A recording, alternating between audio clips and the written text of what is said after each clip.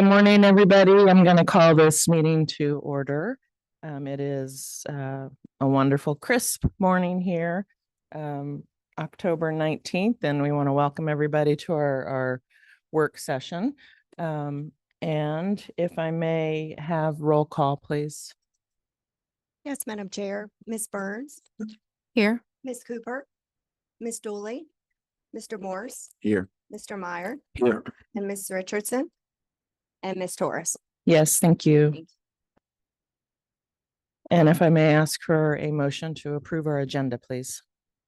I move that we approve the agenda as presented. Second. Any questions, discussion? All in favor, please say yes. Yes. Any opposed, say no. All right, thank you so much. And we are now going to move into items for discussion, please.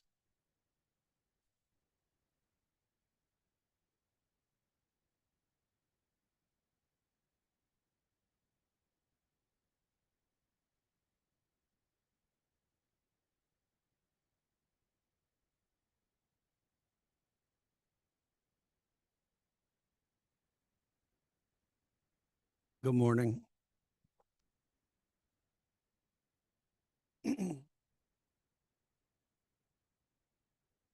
So to give you an update on our safety and security progress so far for the year.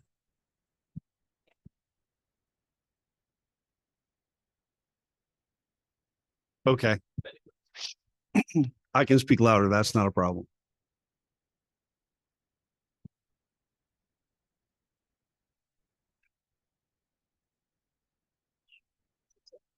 One, two.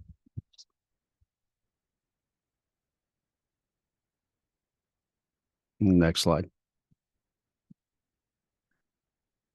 So we'll talk about the data that we have so far for the year and compare it to last year and previous years. We'll talk about the training initiatives that we've implemented since last June, the crisis management plans, our physical security improvements, and the independent security audits.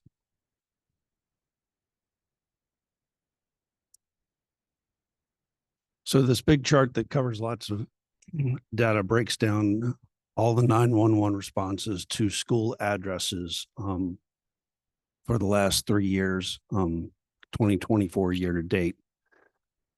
Excuse me. The gold section will show actually by address locations to the individual schools. It doesn't provide the information as far as what the nature of the call is. This is just 911 calls to our addresses. Year to date, we are trending about 20% less calls than previous year.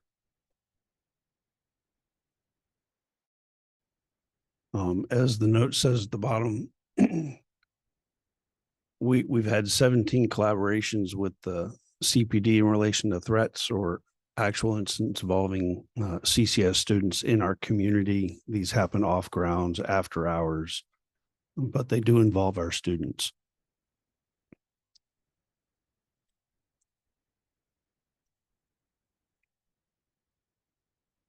Before we talk about the threat assessments, the reason we bring up the note about the 17 collaborations is because it demonstrates the importance of the relationship that we maintain with the police department. Ms. Murphy will talk about threat assessments. You want to just continue, she'll answer any Okay. questions. I'll keep the microphone. Back one slide, please. May I ask a question quickly about in the police dispatch calls? When the police are called to any of these locations, is it the same responding officer every time? No. So they don't know our students, don't know our staff. It's just who's on in that area at that time is who responds. It's who's available at the moment. Okay, thank you. Just curious if there has been any discussion about with CPD, and I don't know that collaboration has happened since our last meeting last spring, but about identifying 2 or 3 police officers who might be specialized or assigned to specific schools to deal with these types of things. For 911 call, no, there has not been anything established for that because of the way operations run. That would be very challenging. When we do involve things like threat assessments, those are specific officers that are trauma informed that, typically have a deeper relationship with the schools. But again, that threat assessment person could be one of the handful of 3, 5, 12. How many do we know? Okay, thank you. Whoever's driving the slides needs to go back one. Yes, good morning. Okay, here we go. So this year we implemented the updated version that came out, and just to help everybody understand, this is the 5th version for the threat assessment that the state has come out with. And I think for those of us who've been around for a while, the state will come out with a model policy for any given topic, and it might not change for a really long time. This is the 5th since 2014. That is a lot of updated policy. So we are working really hard to stay updated. And there were a number of changes, and some of them were really helpful to us that allowed us to do what's called screening and triage with only part of our full threat assessment team, which allows us to use mostly our school-based staff instead of having to call the city PD. And while we love partnering with them, we know that for best practices for our students, not having to have uniformed police officers with us all the time really does help in making that practice go more smoothly. The other thing that really changed was we went from risk level to priority level. So you'll see that risk level or priority level, excuse me, we're still getting the language correct, is listed there. So for those of us in schools, we are used to 1, right? We count up, but you'll notice that 1 is the highest level of concern. And so 5 is there's really no concern. But what I want people to understand, and when you'll see our numbers, no concern means we still have to screen and we need to be assessing what's going on. So there could be a lot of things that come up, and you'll see our numbers. And some people saw them and said, what is going on? But the reality is, if something gets brought to our attention, we still have to screen and triage, and we need to make sure that there is not a concern. So a lot of our threat assessments right now are, last year we called them no threats. This year, they would be called a priority 5. They're no concern, and it's routine. And we're not calling for CPD. The other thing that we've moved towards, which is within this new update, is that we are having monthly meetings with CPD and because they are part of our full threat assessment team. That is part of code. And when we do the screening and triage, why we are allowed to do that is because we have to have these monthly meetings where we close out the threat assessment, and we have to have our full team there. And by code, your law enforcement partners are part of your full team. So we review all of our threat assessments. We talk about why we made the decision we made, and they help us say, yes, we agree, we've closed it out. What I will say, and I think Ms. Burns asked, how many people are trained. CPD has worked really hard to have a certain number of people. Last year, I think they had over 6 to 8 people trained. Some of those folks went to different positions, so they were retraining people. The process, and Ms. Powell can talk about that a little bit more if you'd like, but what I experience is that they have one person that I can reach out to, Lieutenant Wade, and then he reaches out to one of their trained officers. We often see Officer Pendleton, we see Officer Shiflett, we see Officer Nash. We see a 4th officer who I'm going to work really hard not to mess up her last name. So I often call her Officer Rachel, which is not her last name. And so we see the same officers and we have good relationships with them, which make the threat assessment go much more smoothly. They consult with us. They talk to us about if we're unsure, they help us with information. And so we have the same officer, Officer Pendleton, at that monthly meeting. We just started in October to review and close out threat assessments. And so the new updated version and process is going pretty well as we work towards making it stronger. Next slide. May I ask a quick question, excuse me, about just the data, the chart before that, please?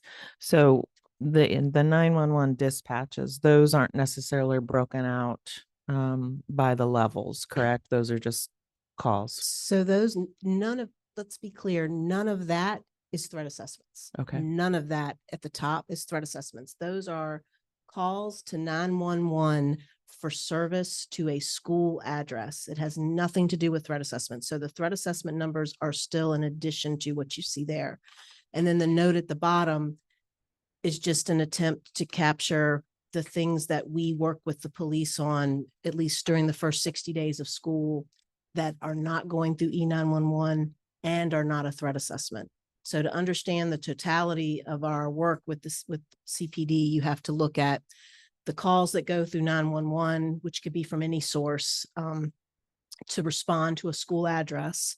And again, we broke out the police separate from the EMS and fire. And then, so you have the calls to 911, then you have collaborations that come up because of our students' involvement. Something happens and it goes to the police before it goes to us. Or sometimes we learn about it on the news and then we reach out to follow up because we think or we know it involves our students. And then, or we hear something and we follow up, or even sometimes a parent has notified us that something has occurred with their student in the community. And so then we have to, there's a collaboration that occurs around those things. And then there are the threat assessments. So it's 3 different components of data put together, all together to understand our relationship kind of holistically. Thank you. And then the 20% decrease year to date is in these, is in the dispatches, or is that? Todd's gonna need to answer that. Is that just fire or is it overall, Todd? What was that? So that's referring to the overall, and that would have fire, EMS, and police all combined. Great, thank That was- you.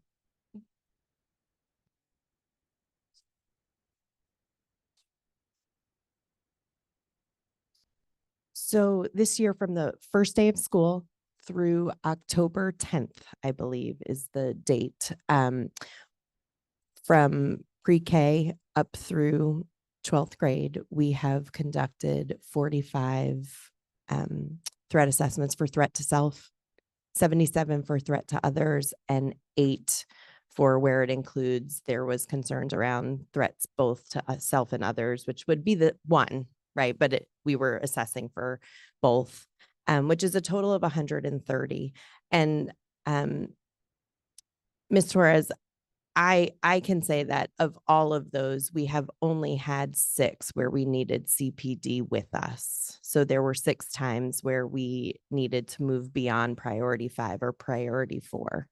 And you can see that because of those full threat assessments, you see some of those, and we're using language like full threat assessments. They're all full threat assessments. We are trying to shift our language. Last year when we did, and you can see prior year, October 13th, and the dates are off because we started school on a different date. So I tried to get data where it was 8 weeks. It was 8 weeks last year. It's 8 weeks this year to try. And it's not exactly apples to apples because of the different systems. Yes, I don't want to say ranking, systems. So there were 6 times where for threat to others, we needed to have CPD with us in the assessments while they were actively going on. And there were probably 3 other times where we consulted with CPD while the assessment was going on to make a determination if we felt like we needed to move on or collect additional information. And that was enough. We were able to make a determination that we did not. And you can see based on elementary versus Walker Buford and the high school.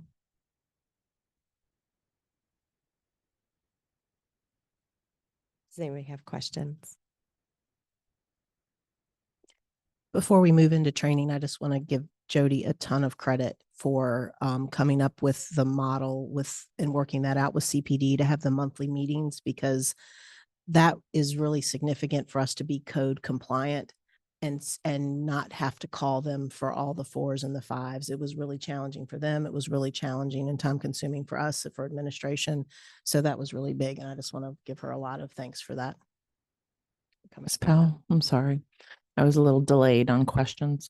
So I was just curious if you can, generally speaking, just give examples of what might be happening at the elementary level for the 64, Sure. if you can. Sure.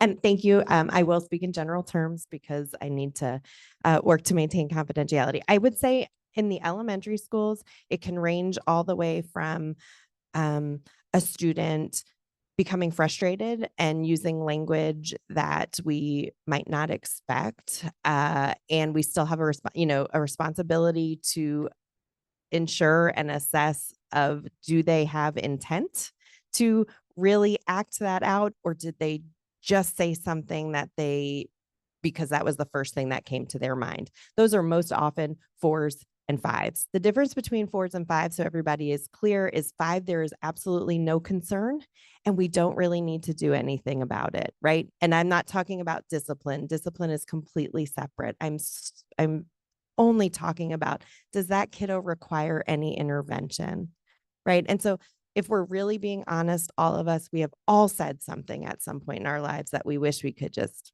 really quickly pop back in our mouths. Kids need the same level of understanding that we do, more actually, right? Their brains are not fully online yet. So there are times where they say something, and while we're talking to them and we're moving through with them, we realize there's other things going on, whether it's because the school environment, what's going on at home, there's a friendship issue. And so do they require some level of intervention from us to learn a new skill, to work on what's going on? So that is not their coping strategy when they get frustrated, or is it even bigger than frustration? So those are some of the things we see at the elementary school. We also see at the elementary school that a kiddo has bigger, whether it's mental health, whether it's medical stuff going on, and it comes out through whether it's behavior or their words. And then we want to make sure that we are providing intervention and partnership with their family to get them what they need. And what we don't want is it to consistently come out through threatening behavior. And so that's some of what we see in elementary. And that's often why in elementary, you'll see so many more priority 4s and priority 5s. Does that make sense?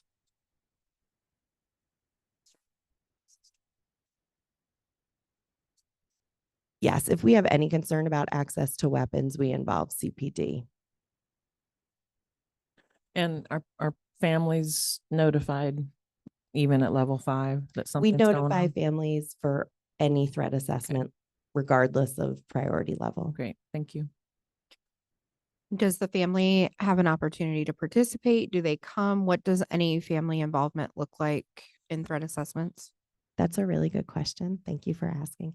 So code technically says that we do not have to notify families prior to the assessment. What we have tried to do is assess what makes sense for that student, and based on the level of what is presented to us. And I'm not talking about priority level. I'm talking about what's in front of us, how to proceed. There are lots of times where we talk to the family before and that family wants to be there. And sometimes we do allow that. I would say there's not a hard and fast answer to that. And elementary in particular, we often will say, yes, if you want to be there, come on, let's talk. What we do say to parents is we need our kids to answer the questions.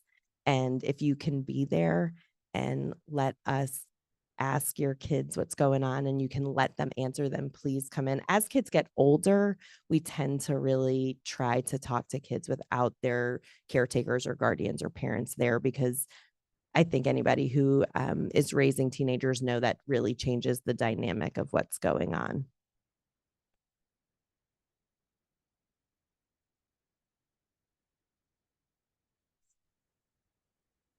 All right, now we'll move on to training.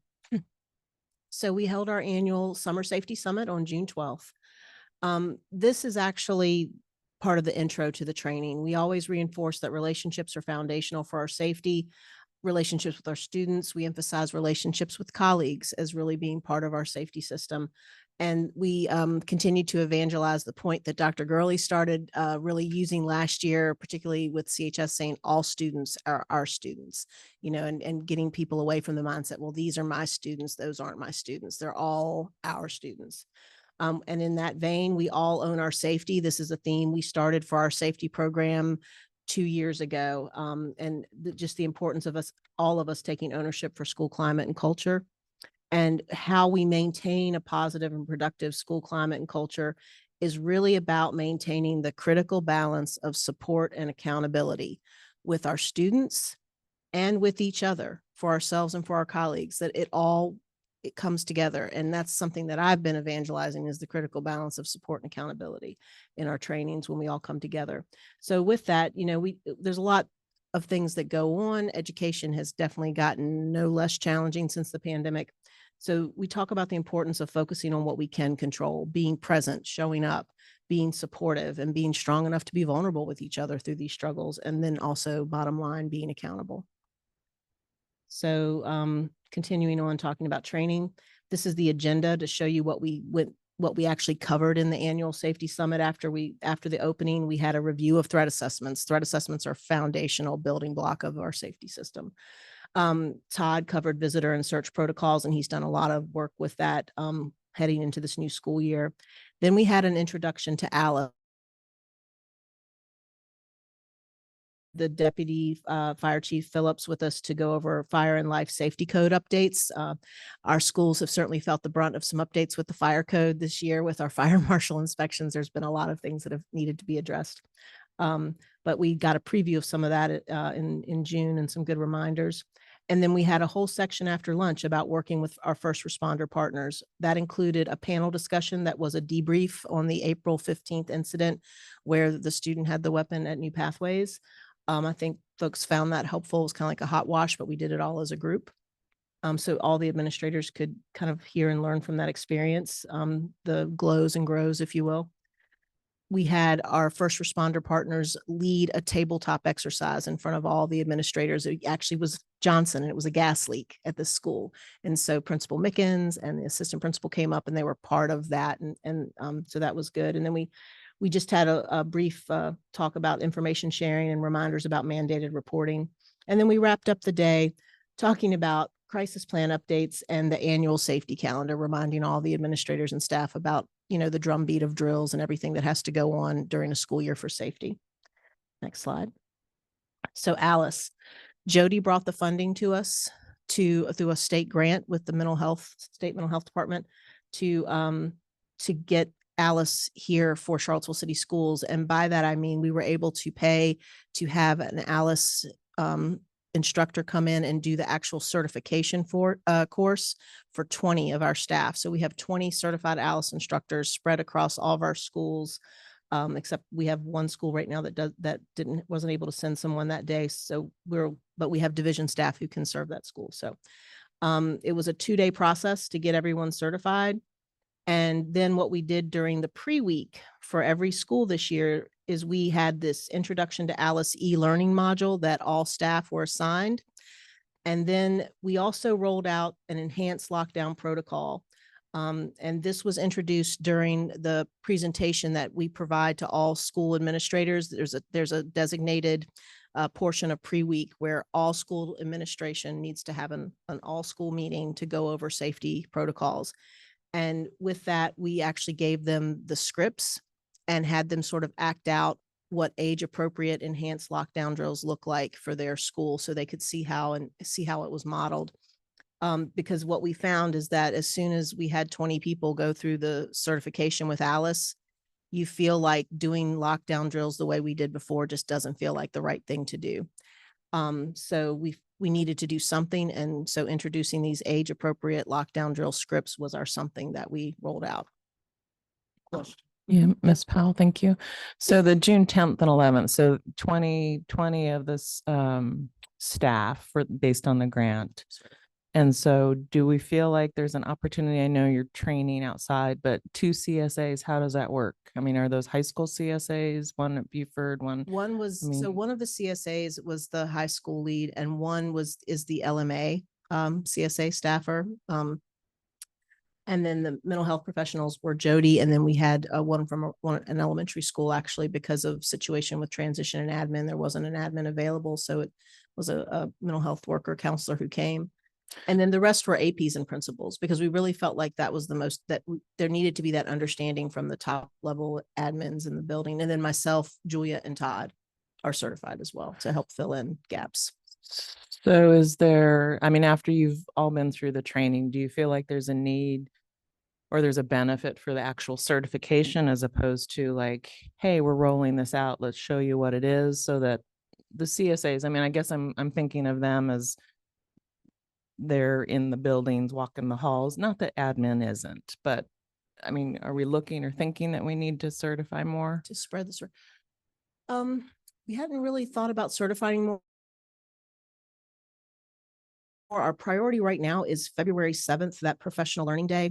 There's a lot of literacy work going on that day, but we've been talking with Dr. Isley to make sure we have a block of time where our certified trainers can split up and provide the actual simulation training that is similar to what we experience going through certification. I think that's the big piece that's missing. That is the next step for us, is to provide what they call a simulation training. And our day that we've designated for that is February. So we've introduced all the concepts, the e-learning modules available whenever someone wants to access it again. But I mean, really, this is it's a more the merrier thing. I think let's see how things go in February, and then we can always determine if we need to get more certified trainers on board. It's going to be a big lift for us to cover all of our schools on that day with our 20 staffers. So to your point, even 20, it sounds like a big number, but the challenge is that we have so few opportunities to do the training. And so we do have a plan that I'll share on the next slide about how we're going to keep it going. So we've kind of structured what we have, but we could look at getting more folks certified. I think the key for us now is to deliver well on February 7th, because that's a multi-hour. It's going to be about 3 hours we've asked for to give people a very meaty experience with Alice. And I think that, I'm sorry. And I think the part that we have to also keep in mind is that as Ms. Powell is talking about time, this is something that's competing with all of the other things that teachers and staff have to do. So when we are looking for this time, they are also looking for time for things related to VLA. So there are a lot of competing priorities. And so we are trying to figure out what's the best way to facilitate all these things that are equally as important. I think, right. I think to Ms. Torres, maybe your point, I want to speak for you, but our CSAs, I think at a minimum,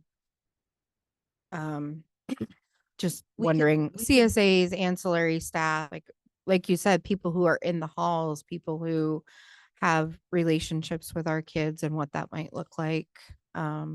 So this is a train the trainer, but to your point, and Todd's been doing a lot with this year. We've been, last year was a challenging year for lots of reasons, but as Todd has settled in, he just had his 1-year anniversary in September. I'm so grateful that he's been with us a year. We're doing more to have PL lined up for the CSAs on the teacher work days and on the PL days. So far, we've had them loaded. And so we can go deeper with our CSAs, with Alice, with our certified trainers on our PL and work days. And I think that's definitely something we need to do. And then if it made sense to put some or more of them through certification, because the certification is actually train the trainer. That's what that's doing.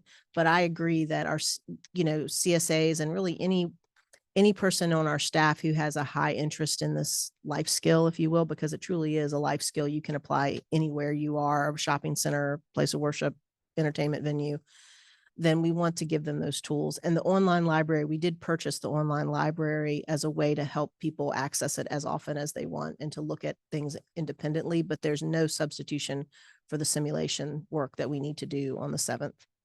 And I don't know, Todd or Jody, would you like to add any comments on that? Anything I missed about Alice? Okay. I have a question. Okay. What kind of training and support is provided for substitutes and volunteers coming into the building? And then also like on these professional learning days, when training is being rolled out, is that capturing all staff or just licensed teaching staff? So we've identified that school nutrition is definitely a gap we need to fill. That's on the next slide because their calendar, they're on a 180-day calendar and it's just a different world. So that we also have to be intentional about our division office and the annex. And then the subs, that is something that is not, we haven't fully contemplated with Alice. So we would need to work with HR to see if we could work something into onboarding for subs that's not in there. What the subs do get is they get an overview of the standard response protocols, the stay put, stay tuned, and all those types of things. They have the flip charts in their room. So there's a safety component to the HR sub onboarding, but it's not as extensive as an Alice training. So that would be a gap. The And school if you wanna nutrition go- seems like it should be a priority. I know like we never do drills at lunchtime because it's just pure chaos. Yep. But it seems like that's a pretty key. So key time. if you want to go to the next slide. In regard to people in space and opportunity and what that looks like, Right. or, It just, okay. yeah, there's just not teachers. There's not the number of staff. It's Right. not like kids are contained in a classroom. Okay, sitting in a yep, I'm fiber sorry, drill, I right? forgot. I have enhanced lockdowns. Let me talk briefly about enhanced lockdowns, and if you don't mind, Mr. Lee, then we're going to circle back to those questions you're asking, because they're good questions, and I don't know that we have great answers for all components of that, but it's on. So just really quickly on the enhanced lockdown, this is the kind of introduction to it. And basically what it does is it starts to introduce barricading as an important part of lockdown, which is completely absent from our prior drills. And so it's got prompting in there to talk with students during the actual lockdown activity. Alice also teaches that you don't announce lockdown the same way. You're giving as much information as possible and you're communicating as much as possible over the PA. So even the script for the administration is different now. And then there is an optional debrief that's included with the script. We're leaving it up to teachers to decide if they want to do that, but it has some questions and things that, again, it's divided into 3 levels that they can choose to do debrief with their students or not following the drill. So, and there was messaging to families done for this before we rolled it out this year. Okay, now we'll go to that next slide. So we do need to have dedicated sessions for division admin and nutrition staff because those are groups we have left out in the past. We think nutrition, it's really important that they have sessions dedicated to them. And I'm talking with Carlton about that because their space is unique and the chances are slim to none that they're going to be in a general classroom or a hall when something happens. So they need to train in their space. And so we're working with Carlton to try to figure out the timing on that because they're on that 180-day calendar. So again, it doesn't have those extra days, but we can pay hourly extra. And that's what we're going to have to do to make sure that they get training in their space, which is what will be most beneficial for them. Custodial staff can participate and we ask them to participate in the school-wide safety meeting that the principals hold. So they go through that, but we also, to your point, we need to do follow-up and we can do this. I've talked with Mr. Katina through our head custodian teams and through some of our custodial meetings. So we can do some supplemental work, but they are invited to the school-wide meeting. Ms. Powell? Yeah, I know. I know. That's the thing. I said that they're supposed to be included, that's the way it's presented, but I don't know that we don't follow up to make sure that they've attended. I have not followed up personally to make sure they've attended. So but are they're you all certainly keeping like track of like Who's who's gonna- attending and who's not and have like sign up sheets so that you can kind of know who hasn't? and who So hasn't? I don't have an attendance mechanism that we push down from the division for the whole group session, the school-wide meeting. But we do have for the individual work and the module work, we can see who completed the modules so that we can see if a custodian did or didn't complete the module. And we can also, you'll see another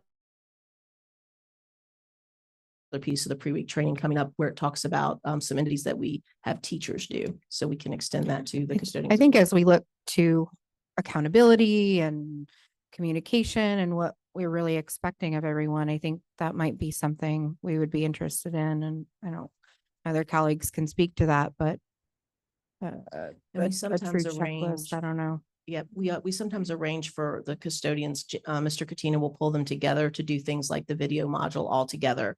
Because for some of them, the comfort with the computer and wanting to do something like that is not there. So those pieces where we do take attendance through the technology, we typically will work through Carlton or Mr. Jones or Mr. Katina to pull the groups together to make sure that everyone completes. Yeah, I mean, I just think like a nightmare scenario is something happening at lunch where we've invited custodians, but we're not sure that they've actually attended a training. We've got our school nutrition workers that we're not really sure have attended a training. And so I think that's, and our nutrition is teachers aren't doing lunch duty every day. It's just we don't do drills at lunch typically. And so, how can we try? I mean, we can't protect against everything, but I think it's not I don't know, I'm with Ms. Burns. I think that I'm not opposed to having it be an annual requirement that we are tracking teachers and all staff attending these, pre-session trainings. And if you miss it, then you have to come to the makeup somewhere. And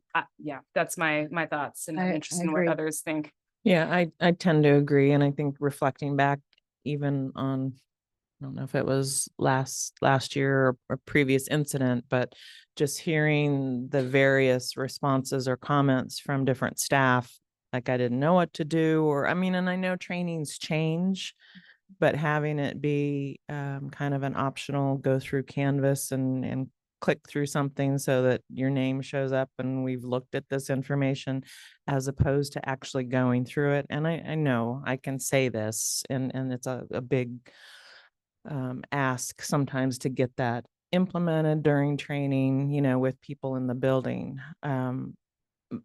Whether it's teachers and staffs knowing what this process is, and or the custodial or nutritional people. I don't want anybody to say or have the opportunity to say, I didn't see that, or I didn't go through that, and I didn't know what to do. So we can go through the Navigate 360 dashboard and do follow-ups. Mr. Kugler can do that as administrator, so we'll be sure to do that. Thank you. I think we do a really good job of all students are our students. And I would look at it similar to staff. All staff are our staff. And so building relationship agency with every employee to care for our students fully.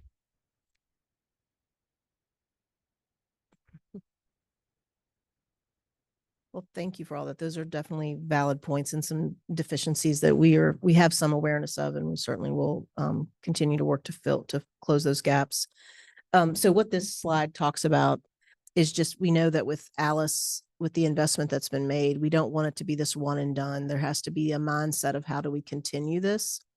And so we need to have dedicated sessions for division admin and nutrition staff, and that hasn't happened yet. The video module and the simulation training, we have to figure out a way, because as Dr. Gurley alluded to, it is super hard to get time in the pre-week and on the PL days to do this work. So what we're planning for is we have done a good job of carving out dedicated safety time. The schools know they have to devote 2 to 3 hours during pre-week for safety review with all staff, and we provide them with those materials every year. But that's refresher, right? What do we do for new staff? So then before pre-week, during orientation, we have to be just as intentional now about having time carved out for all new staff to do the intro e-learning module, and then to get the simulation training. So we will have a cohort. It wouldn't be by school at that point, but we would have a new employee cohort that gets the simulation training during that week before the pre-week when all staff return. And then the fact is, during all of our pre-week safety sessions going forward, we will need to look for different ways to incorporate ALICE review for all staff. So we do have as we are looking to fill in holes to make sure everyone's completing all trainings with fidelity, we also have to have a plan to systemically get new people constantly on board. And nothing I've put up here really adequately addresses what your question is about subs. So that is something that we'll need to talk about more, I think, as a leadership team when it comes to, I feel pretty good about how the subs are getting the standard response protocols and what are your exit routes and where's your flip chart, those basics. But actual ALICE for subs, I can't say that we've really gotten around to contemplating that, and we don't have a plan yet. So a long-term sub would actually fall into the same boat because it depends on when they come on board. If they're there for the start of school, then they would be able to get these opportunities. But a long-term sub who comes in for like a maternity leave or something mid-year, that's a valid point. It's another hole. So subs would be something we need to think about more beyond the basics. Yeah. Okay, I'm not advancing slides. Go ahead. I'm pushing the button on my computer like it's going to do something. Okay, so we've talked a lot about this already, but what does pre-week training look like? I've alluded to it. We really reinforce this. What we do at the summit is really just with our 12-month employees. So we have to do some repeat of that with everyone. And that messaging, though, is delivered by their building leadership, but we want the messaging to be consistent with what we talk about during the June summit. So it talks about how together we own climate and culture. This is actually one of the slides from the pre-week. We talk, it prompts them to talk about, as a school community, as a school staff, about the importance of consistency, communications, and again, that critical balance of support and accountability with students, with each other, and with ourselves, being supportive for yourself, taking care of yourself, but also holding ourselves accountable as individuals. Next slide. So this is to give you a little more detail about what pre-week looks like. There were slides and scripting that we provide to the building admin to talk about daily routines and safety practices, fight protocol, which is to the high school, but when SROs were removed from schools, and then with the reset last year, there were certain staff like, what do we do if there's a fight? Well, everybody can do something. And so that fight protocol talks about how if you're comfortable using your MANT skills to help, there's a de-escalation role. If you're comfortable and you are MANT trained, you can help assist with restraint. And then it talks about if you're not comfortable inserting yourself in either of those ways, then make sure your door is closed, help to clear the hall. We're trying to help, again, focus on what you can do, what you're comfortable with doing, but this is how you respond if this happens. And so we were intentional about talking about that in pre-week, especially more important for the upper grades. But again, we talk about threat assessments. We talk about threat assessments all the time. Then we go over all the standard response protocols, and this is the AP and the principal going over these things with their school staff. And you know what those are. If you read the crisis management plans, they're all in there. And then we did introduction to ALICE this year. We had a demo and some practice opportunity. We asked the schools to break up into like grade level teams or department teams and role play what the enhanced lockdown would look like. And then the whole group session ends with a reminder about the required safety drills. Then there's an individual part of pre-week safety training, which is where each staff person was supposed to do the ALICE e-learning module that was assigned to them through the safety system that we have now for training. And then this piece I thought you might be interested in, and this is the second or third year we've done this, is Google Safety Review Form. And it's a form that's pushed out by the principal to all their staff that we provide. It's by school, but the questions are the same. They have to certify. I have walked all my evacuation routes. I have located my flip chart. I have assessed my window coverings. I have verified my lock operation. And then I've got my roster ready for evacuation. And then there's some questions that we change those up every year to, this, I don't know, there's some true and false, multiple choice, but just to make sure they really understand the protocols. And then we ask them, this year we added, what are some options to barricade your room if necessary? And then there's a free form section for them to put in questions or concerns. And so then admin has in one place, they can see all their teachers, have they done these things and what questions do they have? And so sometimes this generates work order tickets, right? For maintenance, my shade's not working or whatever, my lock's not working right. But that's pre-week safety. Safety. Okay, next slide. Question. Yeah, the e-learning module for Alice, you said they're assigned it. So are we checking to make sure that everybody's done that? Yeah, Todd can answer that. I'm the administrator for the overall e-learning modules. Anytime we get a new employee, I manually add them into the database so that they get assigned the classes. Each school principal is supposed to monitor and ensure that their staff are completing the courses. I've been monitoring to see what kind of progress we have, knowing the competing priorities. We do not have a great penetration. We right now over 50% of the staff have completed it. There's another 15% that have started it and have not completed the courses. So I'll be generating a report that actually identifies who hasn't completed it or started the course and sending them reminder emails. There was a period of about 45 days at the beginning of the year because of the way the data was uploaded into the system. We have two different email protocols, depending on how long they've worked for the division, and people have a habit of using the older protocol when they put in their email because it's convenient and easy to remember. And the database that Navigate 360 built uses the current email protocol. So we had people that had difficulty logging in. They weren't getting into the system. And so I had to work with roughly about 240 individuals and getting them either into the database entirely or figuring out why they couldn't log in. But this is a pre-week activity, correct? It's going to be a pre-week activity. It wasn't this past year. We had it built out so that they could start it. But we didn't identify the employees that could not log in because of various problems until late September. I finished working through all of those. And what's the time for just the Alice e-learning module, roughly? If you to sit go down through and that? do it start to finish, at most 60 to 90 minutes. I'm a little concerned. I'm going to come back and say the same thing.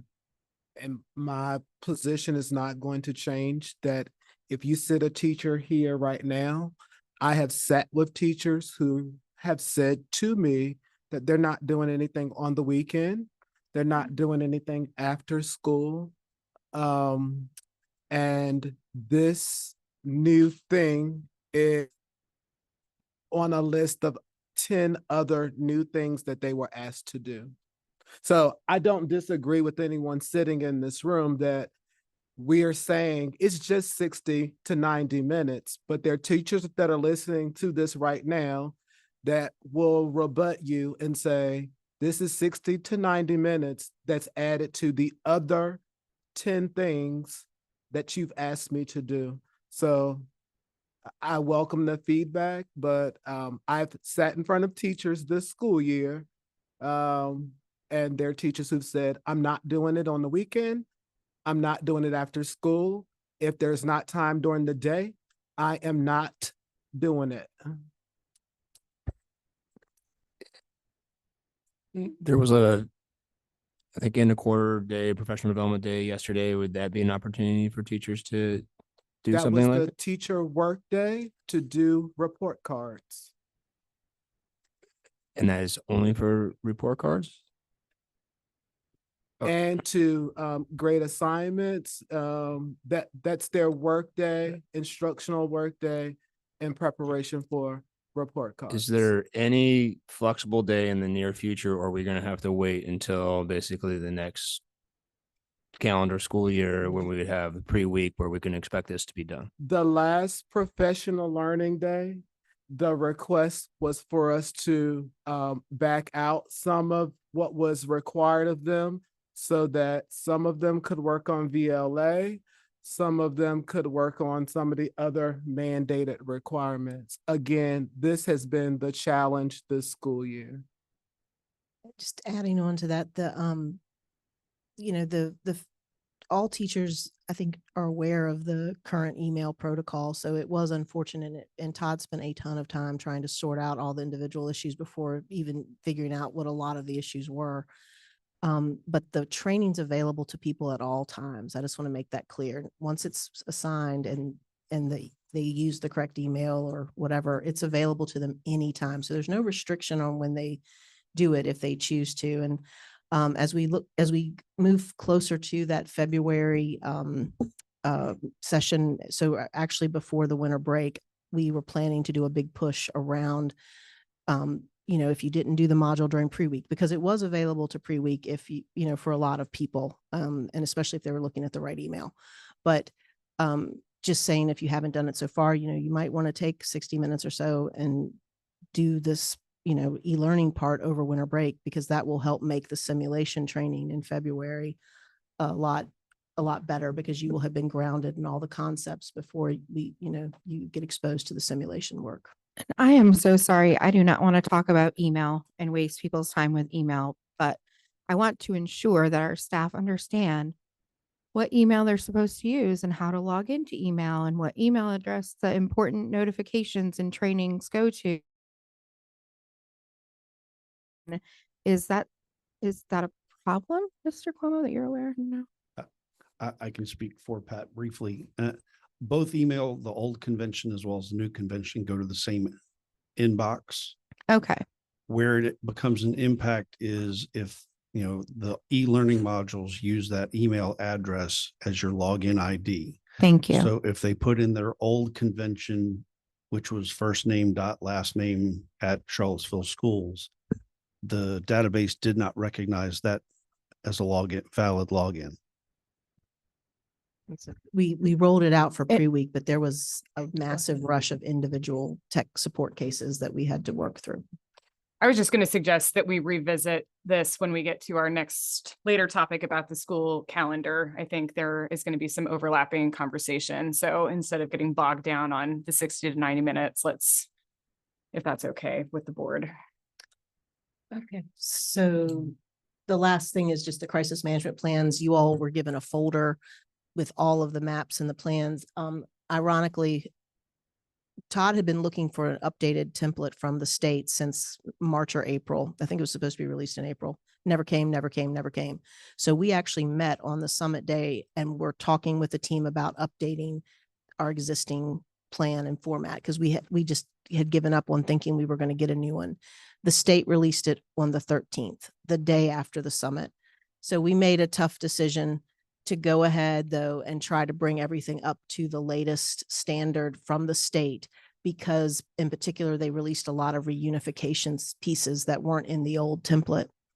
It was a challenge, but we did get it done, and the auditors reviewed it and they saw some good things in there. So with that, the plan is one thing, having the plans is one thing, exercising it is another. So I'm going to turn things back to Todd now to talk about the partnering with first responders around the crisis management plan. And then we just have a few more slides.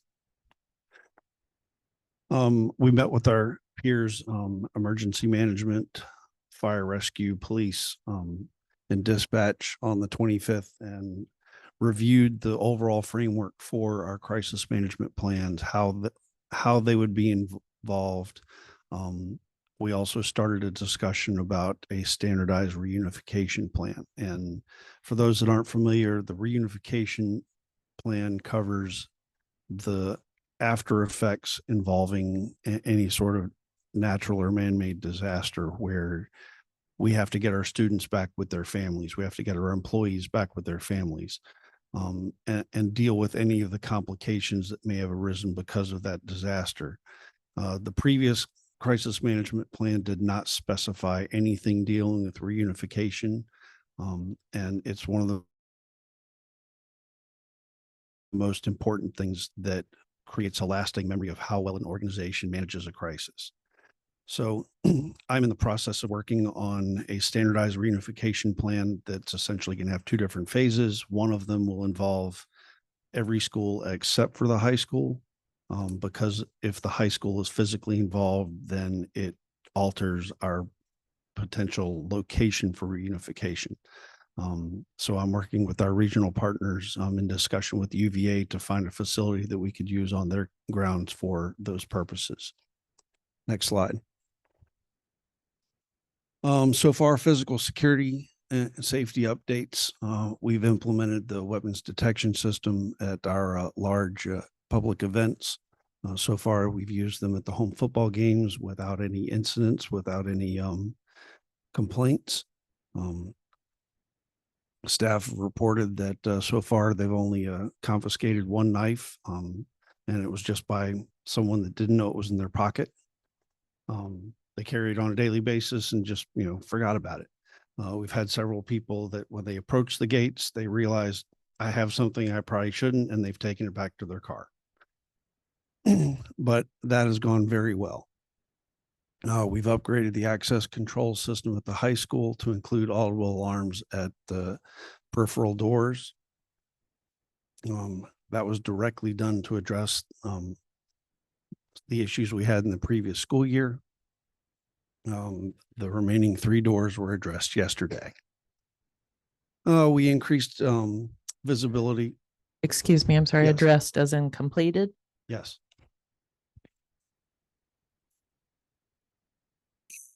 That was a smile if people couldn't hear that from me.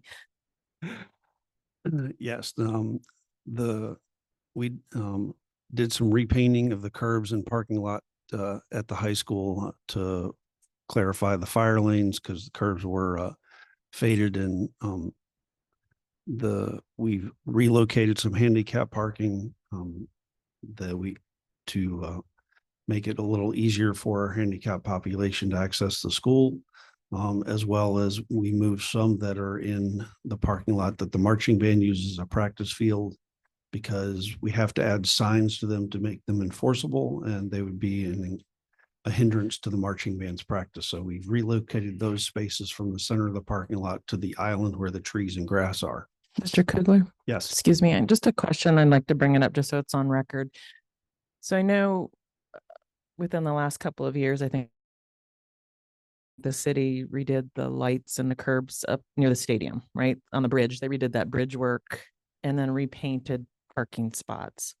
And there's that crosswalk that goes from the school side right in, over to the stadium. I feel like there needs to be a flashing light there when people are using that crosswalk, because cars can park right up to and beyond the crosswalk on both sides. And it's a blind spot. And I've had so many times where either I or friends are driving slowly at night when there's activities going on and people are stepping out in between cars. I mean, it is an accident waiting to happen, and not just at our school, but I feel like, and I don't know what the code states, but you shouldn't be able to park within, I don't know, 50 feet, 100 feet. I don't know how many of a crosswalk, because it blocks out vision. It's a safety issue. So I don't know if we can take that and change the parking and or get one of those flashing lights, along the crosswalk or I something. think to your point too, Ms. Torres, even further down, the Botanical Garden is seeing increased traffic there, and there's a crosswalk a little further down. So I think if we're gonna maybe look at both with the increased traffic there as well. But we pushed hard. I pushed hard to get the flashing cross sign there when they were working on the bridge. I thought that was going to be our moment, because you're working in the area anyway. Let's run, you're dealing with the railroad anyway. Let's run some conduit. Let's get that done. Didn't happen, but I lobbied.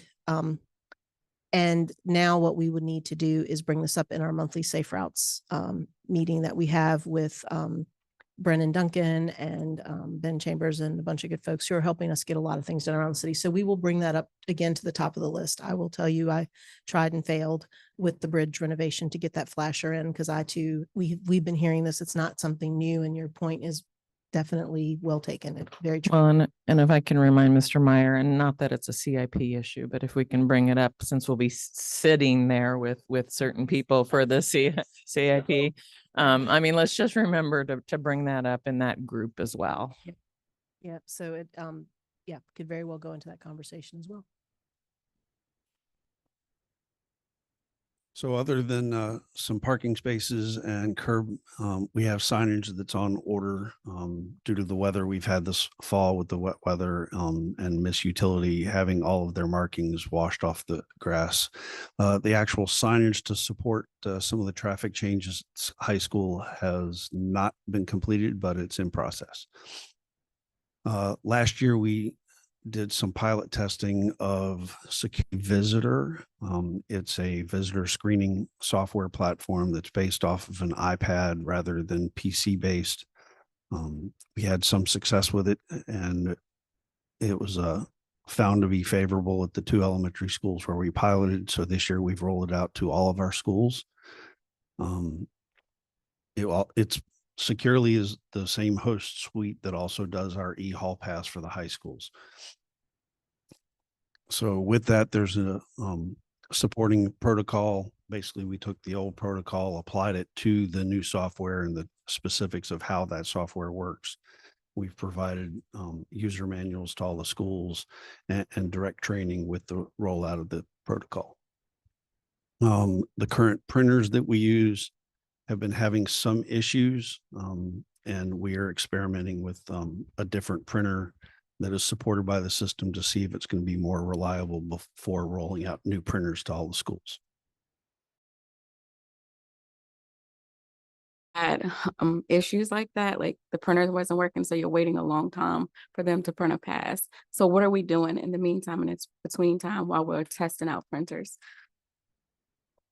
What we've been directed in the protocols, if the printer fails, there are some troubleshooting steps that they can do at the kiosk to actually either force print the ID, because if it's captured the picture of the person and their data is in the system, all else fails and the printer is completely offline and we can't correct it, they can handwrite a tag and issue it from the front.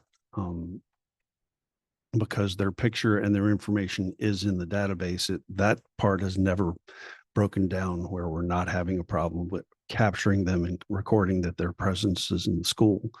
It's more just the interface between the iPad and the computer and the printer all working in sync. Mr. Kugler, quick question.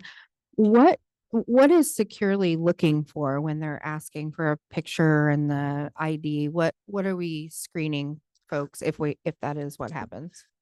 Securely has 2 basic databases that it's looking at. One of them is a local database that we can build out called a watch list in their system. So if we have any persons that are on a no trespass list, we can build that out for each school saying this person is on the watch list. The other thing that it does by code is it's looking at the sex offender registry. Securely looks at the national registry, and the only thing it's looking for is 2 points of commonality. So it's looking for first and last name as 1 point of commonality and age. Each state controls their own registry and they have their own requirements. The state of Virginia puts in name, middle name, last name, full date of birth, and a picture.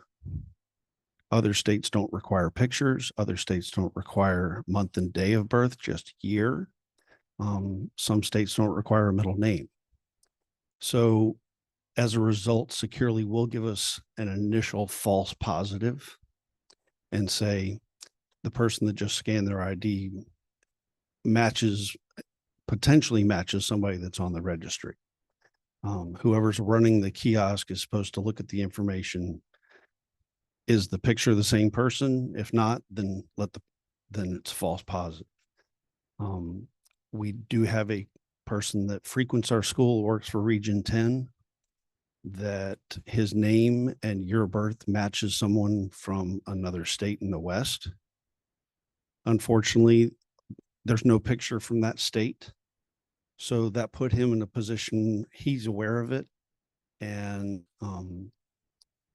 but now that we've got him, we're aware of it on our side, we can actually put him in as a pre-approved visitor. Thank you. That's helpful. Our physical security updates, we are on a big push this year. We're updating we just finished updating here, improving our camera array and access control. We have additional projects coming up at Jackson Via, K-Tech, Summit, and Trailblazer within this school year.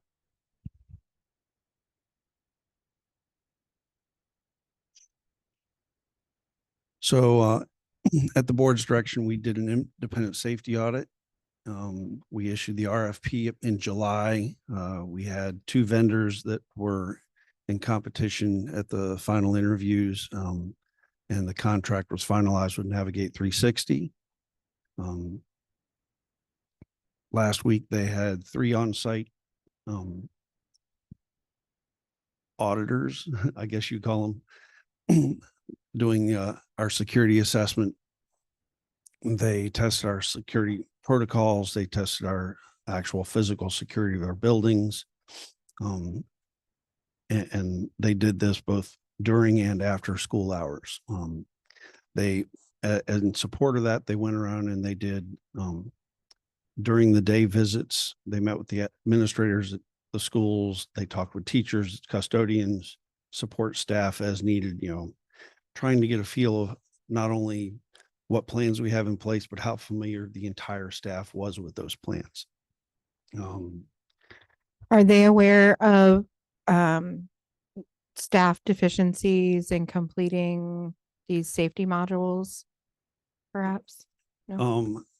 Yeah, I mean, I think if they don't, they should. I would like that to be part of their assessment of who's been trained, who's completed the work, and something that we might need to address as a board if they deem appropriate. Right. If it's their recommendation that 65% of the staff is good enough, then thank you so much. But if they think more of our staff should be trained, I'd love to hear that from some experts. Yeah.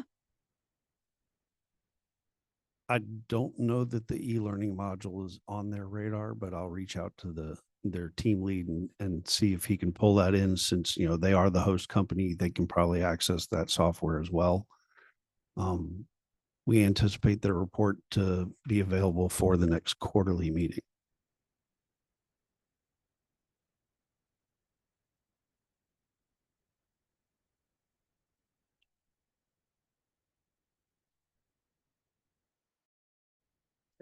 One thing that I do have as a next step is that when we come back for the next quarterly work session, that all custodians and school nutrition workers, those folks will all be trained by the time we come back for the next work session. School nurses, we didn't address them. Where do they fall in this type of training? I'm sorry, I missed They that. should be in the faculty meetings with the staff. They're They part should of be that. with the- Okay. But I don't quote me on that because I'm. That's correct. Okay. When we roll out the pre-week training packages, it's presented to school leadership as this is for your whole school, knowing that nutrition is not included in that. Thank you. Again, That's- we have work to do clearly with the follow-up pieces, but it would include nurses. Thank you. Thank you very much for this. And first an observation and then a question, but I would be open to supporting additional funding to pay for teachers to make sure they take this class sooner rather than later.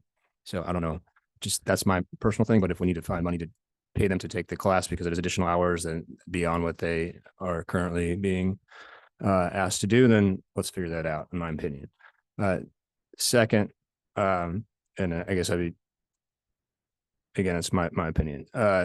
Second, part of our, I think, conversation in the spring was also about an MOU with CPD. And it sounds like, and from what I gathered from your initial part of this presentation, Ms. Powell and Mr. Cooper, was that there has been a lot more conversations with them, et cetera. You've been updating some different things, but has there been progress on the Charlottesville City Schools and Charlottesville Police Department MOU?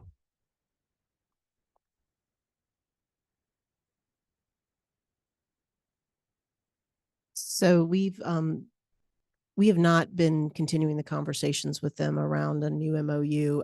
My understanding was that we were to continue evaluating the current model and presenting data on how things are going and what we're doing to make all the improvements that we can outside of, having a formal arrangement with the police for how we work together to address the community concerns. I think that would be something we would need to get more further direction on.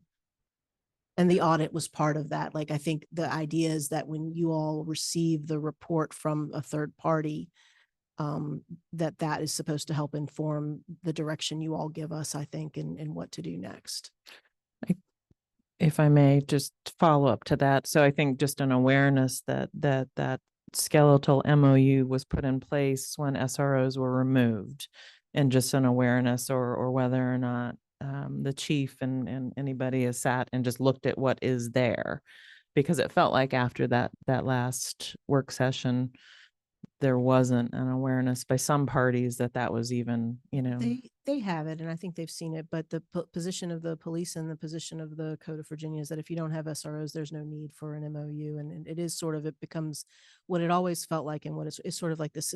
It was an effort to script how to handle different situations in the absence of having the partnership and the dedicated officers, because the concern is that in any situation, whether and primarily 911, right? Because if any of those other 17 things we've had to work on in the first 60 days of school, I can control who I call, or they are calling me or whoever to work on specific situations. But on an E911 situation, you're going to get who you're going to get, kind of thing. And that is, that's sort of the concern I think that the document was intended to address.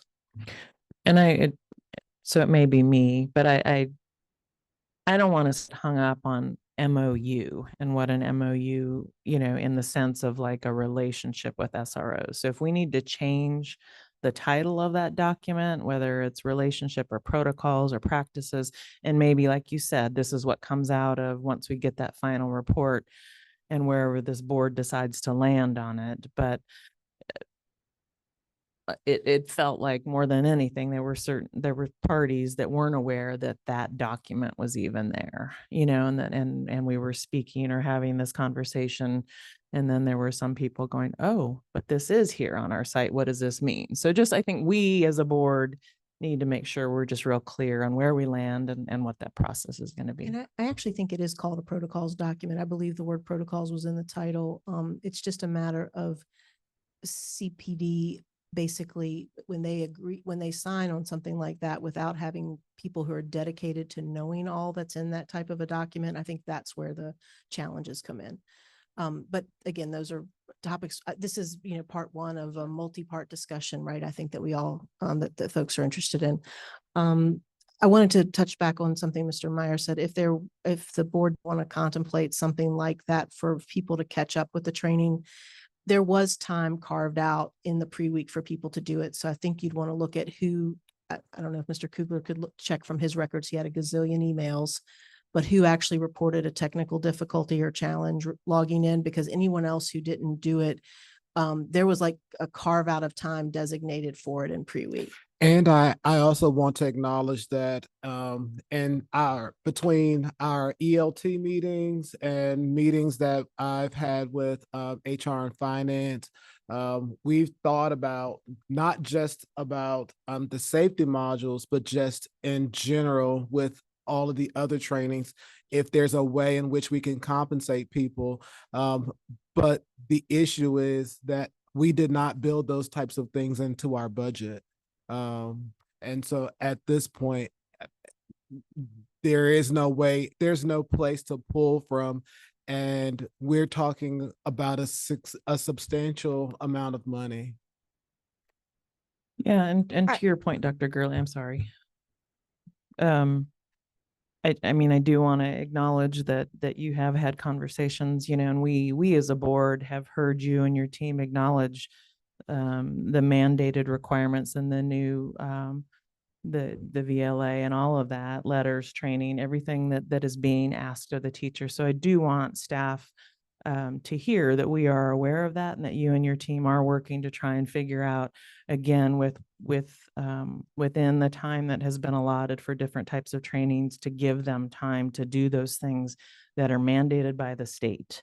But we as a board, I would be interested in us at some point taking a look at the trainings that are being asked of them, and for the board to weigh in on what's a priority for us and what we would expect and require of anybody walking into a building or a workplace to have completed before you start that job, because it's part of what you need to do to stay safe for yourself and for the students, and not something that should just be put off throughout the year. So before, in my opinion, before we start talking more money, I think we need to look at what should be done before you clock in on day one for that job each year, and whether we need to prioritize that or have a different discussion, or whether it's a policy change or related to contract signing. I don't know. I mean, I think that's just something else that we can discuss holistically.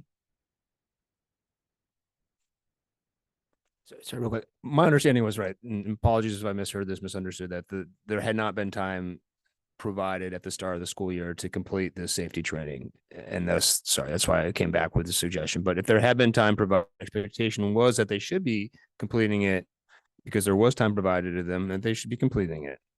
So apologies for the confusion and leading us down that rabbit hole.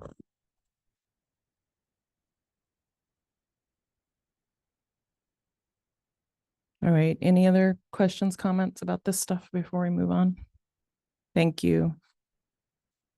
Our next item is with regards to the student representative to the school board. I know that Mr. Morse had brought to the attention of, how the current and past school board representatives have been used. And so just wanted to allocate this time to see if we do something different. How do we innovate the future? What should be the role of the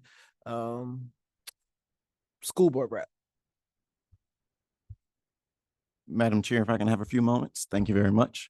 Thank you all for the opportunity to speak on this. One of the things, I think Dr. Gurley set it up perfectly of, how do we innovate? Do we innovate? What needs to be changed? What are the strengths that we see in our current model?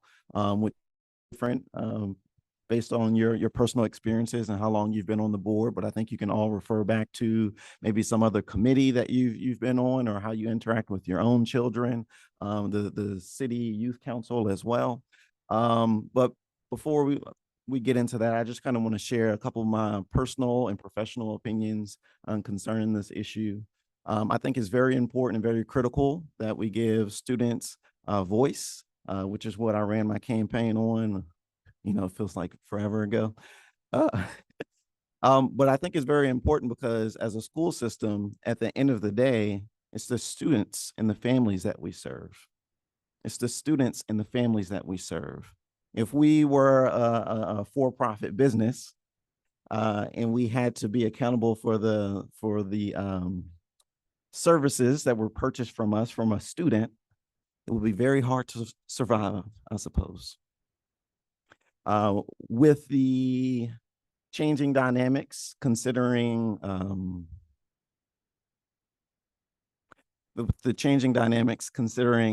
collective bargaining, I think it's more important that we solidify what students can and cannot do in terms of how they represent the student body. And how do we make sure that we get a more representative voice from our student representatives? As you are probably aware of, in the Virginia Code, students cannot vote on the school board, which I'm fine with that too. But what we can do, and what one of the things I would strongly consider, and is actually kind of stated within our own school board policy, but I think we probably need to strengthen and figure out how can we strengthen it, is that in the last paragraph or so, it says that the student representative is expected to attend all regular open meetings, including work sessions and complete assignments for research and data collection when requested by the board. And I think we've had a great we've had a great batch of student representatives over the last few years where it wasn't assigned from the board, they took it on. And what I think we should really kind of push into is they're taking this on because of their personal traits, their character.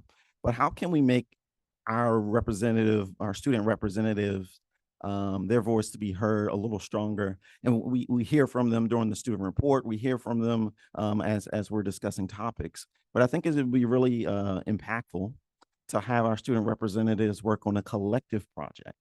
They can't vote, but they can propose policies based off of what they're seeing. I do want to point out a couple things in the other packet that we had from VSBA that had a few sample policies. On page 15, if I'm not mistaken, this is Alexandria. Yes. Page 15 and 16. One of the things that they refer to is having a middle school representative or middle school representatives. While I do believe it could be pretty hard for middle school representatives to attend our meetings concerning the time of day, I do think it is important for us to find out, is that a voice that we want to hear? And how do we receive that information? How do we direct our high school student representatives to acquire that information? Concerning that, it made me think about a few of our school board representatives, but even how, if I were a student, how would I think about the middle school perspective? And the only thing I could do was look back. Well, we've had Mr. Jordan in place for a while, and some of the people that are looking back, they never interacted with Mr. Jordan. They don't experience Beaufort the way it currently is. So that's just one thing to consider there. Oh, another thing to consider, I think we've had Mr. Johnson, I think when he joined the school board, he was a sophomore. However, I think most recently we've had only juniors and seniors. So that's one thing to consider. Well, how do we make sure that we're getting the voice of the entire school population? And what that also helps with, and this helped me a lot, and I think Ms. Torres, you said this when Ms. Dooley and I were running, there's a lot to learn when you're on the school board. There's a lot that you pick up on the first year, even if you think you're coming in pretty hot. And Ms. Dooley and I had education experience, and I think there were still a lot of things for us to learn. And I think it was the mentorship of board members and previous board members that helped us both. And I think I can kind of say the same for our newer board members now, although it's getting close to, you guys are getting aged now, huh? So I know that there are some school board, there are some student representatives and school boards that also assign mentors to school board representatives, which I think could be very impactful as well. I feel like I rambled enough, so I'll stop talking. But I'm very curious of what you all have to say in terms of the strengths that you see in our current model. But more importantly, like what are the ideal situations that you want to see? What's your dream? Because I think that really helps us determine how do we innovate more. Oh, thank you. Thank you. Yes, thank you. I think when I was looking through this, it was page 6 in the VSBA packet, the resource checklist, and specifically the top 3 about decision making is where I had started just percolating and thinking like, this is not clear, I think, for this board and how we're encouraging the student rep participation, that we have not identified the ways that students can be involved in our decision-making process beyond just kind of a superficial, they're sitting at the table and we ask them to give comments when they want. We're not clear on the decisions that we want students to be involved in. And I think sometimes like we're paying lip service to having the student rep there, but then ultimately they're not voting. And so how involved are they truly? And then the last piece, considering how we will make decisions so they're empowering our student representatives. You know, are we arming them? We've made a decision. How are they then going back into the building with their peers and their teachers to, you know, talk about some of the why and the discussion that maybe as a student rep they were part of, that presumably our 9th through 12th graders aren't watching on Facebook during the meetings. So that I don't know how much we'll be able to accomplish this morning, but I think those were the pieces that I think we need to take time to really think about. And I don't know if it's the chair and the vice chair, or if we assign a mentor on the board to the student rep, as we're developing the agenda for our meetings, like being purposeful about which topics are truly relevant, that the student voice is really impactful. Good. Thank you. No, I appreciate you bringing this to the attention of the board. I currently have student representatives that work with me in my role on the Parks and Recreation Advisory Board. And so looking to incorporate some of those things maybe that I do with that person. And another piece to this also for me on page 6 was recruiting. In some of the other templates, I see that board members are included in the recruiting process, that it kind of happens at the school level, but then they bring a group of students to the board for the board to then have some interest in who the students are. And so I'd be interested in that piece as well. And if I could speak, the role that the students working with me have had, just in the park and rec space.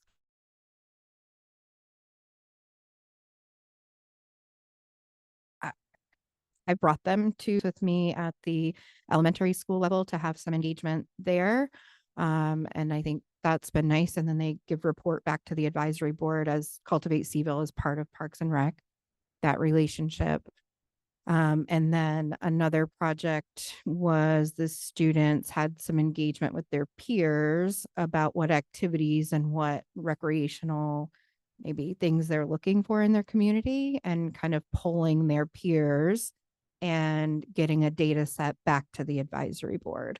And so just having, I think to your point, a little bit more ownership in the role, and engaging with their peers. And so I think that's been beneficial, at least in our space. So thank you.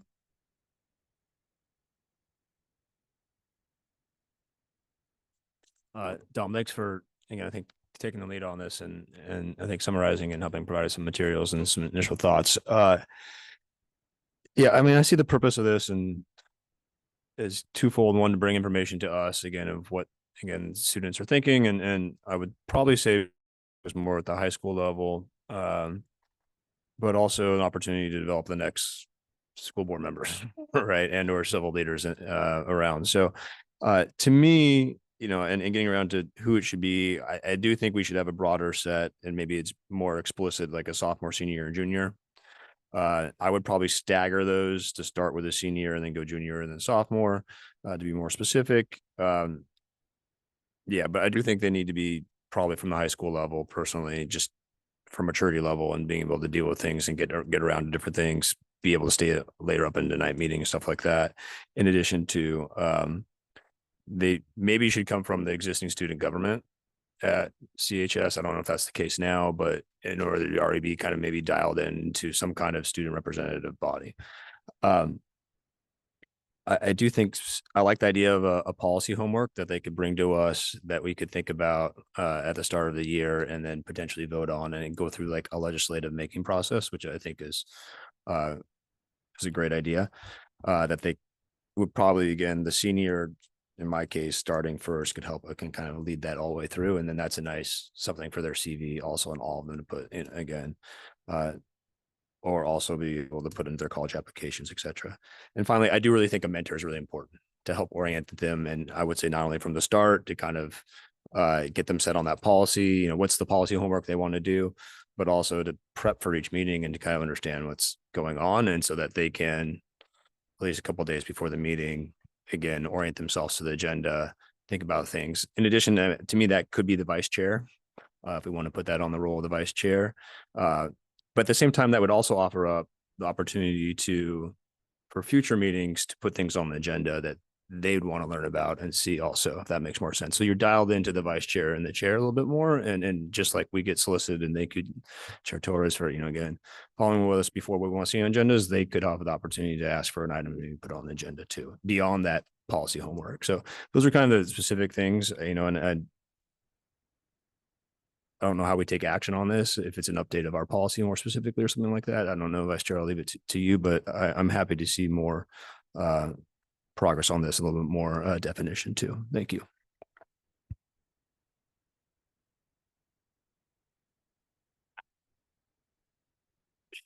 Thank you guys. I feel like what's on my heart is I don't want to leave the ninth graders out. I don't know the process to being a part of the representative board for the students, but I feel like being a freshman, it's exciting. Like, why not have this opportunity as well to come from elementary school and then be put in a role where you really have some say, a voice, stepping into high school. So I don't want to leave the ninth graders out of this.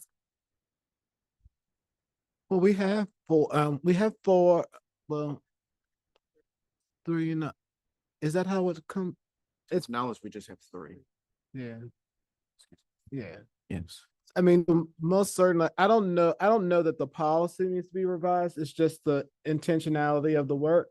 I mean, most certainly it could be a sophomore, junior, senior, but then it doesn't address your Well, freshman issue. And it doesn't have to be one at a time, right? Like if we wanted more, I mean, I don't know if that's doesn't- the direction we're going, but if it was 2, it might give more opportunity to your, I don't know, but. Yeah, it doesn't have to be. I was looking because it doesn't say. I saw my previous school division here. My previous school division, they're 2 students, but they're the same 2 students all year long. So I mean, I think if you're going to do it, then it just has to be meaningful. If you're going to add 2 more, so I mean, ultimately you're talking about 6 students. And I personally don't know if you're going to give 6 students meaningful experiences. So In that short time, in that yeah. short amount of time, if you're I only agree. going to do it for 9 weeks. So I think the policy is fine. It's just the outcomes is the part that it sounds like you want to change and impact change. Well, I feel like then the mentorship starts at that level, 8th grade, maybe starting in there, figuring out who's interested, and then we can move forward in that way. And maybe not an official board spot, but some liaison perhaps that the New Charlottesville Middle School has a liaison to the high school board rep. That before building agenda, before meetings, that high school student reaches out to the new middle school student to say, hey, what's going on in your space? Again, like, how are we building community and in between all spaces? So maybe not a time requirement Right. to show up at board meetings for middle school student, but still have a voice, right? Exactly. And maybe what we can do to address your middle school 9th grade, Dr. Johnson did a very good job of helping me with the student advisory to the superintendent. And with the reset, we did get a little bit behind the 8 ball on that. And we did focus a lot of that work on the high school. So maybe some of that is just how we do that process again. Because I really enjoyed that process because the kids, they have a lot to say. How many students are on that board? Oh, we were pulling together about 15. That might be a Yeah. fun meeting. That might. It was fun. Meet I with mean, them. the things that students have to say. So, I mean, that most certainly we could weave that in. And I think it would be powerful. One thing we didn't do, but it could be powerful to take the high school rep, the board rep with us to those meetings. Throw them in their car. Yeah, that gives me something. Yeah, that gives me a reason to tell some people that I don't want to do this and do these things for the kids. So yeah, I would love to take the school board rep with me to the middle school. For me, I don't think it's so much as like a policy change, but like relationship building and like that mentorship. I think that, just introducing them to us, right? And getting that one-on-one relationship with us, whether we're sitting down having lunch with them, like picking their brains. I think it's important that we start building relationships with our youth. And that's a way that we start to like increase participation by relationship building, to kind of see like what's going on, picking their brain and see what it is that they would like to see. And then from that, we can create policies in that way. Oh, I think I sent an email to the board following one of our meetings. I think like my end goal is like, I don't want the student rep's role to be giving us a laundry list of issues that are happening at the high school. I think similar to non-student constituents, we need to be mindful of what our protocols are, that making sure that that student and all students know to talk to their building level admin, talk to the people that can really affect change. What's the next step? If they don't get change there, they're going to Dr. Gurley. If they're not getting it from Dr. Gurley, then they come to us. And so really like the role of the student rep is not for those, day-to-day grievances or concerns in the school. It's the higher level thing. And we haven't equipped them with the skills to do that. And so I think that's where like that mentorship piece that we've been talking about can really help empower and teach them, what it, like as a school board rep, they're on this board, right? So to that end, I don't know what's happening in the high school for Dr. Malone to be getting feedback like that from students. Right. So after our meeting where we had our first rep, so he did a follow-up. Dr. Johnson did a follow-up just the other day. We have a student government. For example, one of the examples she used that evening was about BKT. So really it was about making sure that students understand the why. So like, yeah, you may not like that this is what's happening during BKT, but we as a school division have a huge emphasis on mental wellness. So we want to ensure that every student goes through that process. And so I think that, based on that feedback, we heard something different at our next meeting because he is doing those check-ins. They have the designated time, and then just making sure that they understand how to facilitate any concerns through our equity office team. Just really does a good job of connecting with our students to make sure that we amplify their voices as well. Yeah, I want to just follow up. I think a lot of my thoughts have been echoed here by other board members, but I do want to just again highlight and shout out to Mr. Morris because you have been consistent with this. And I just really a student voice of prioritizing that, of regrounding us and the importance of that and the work that not just we as the board, but as the school division. This is about students.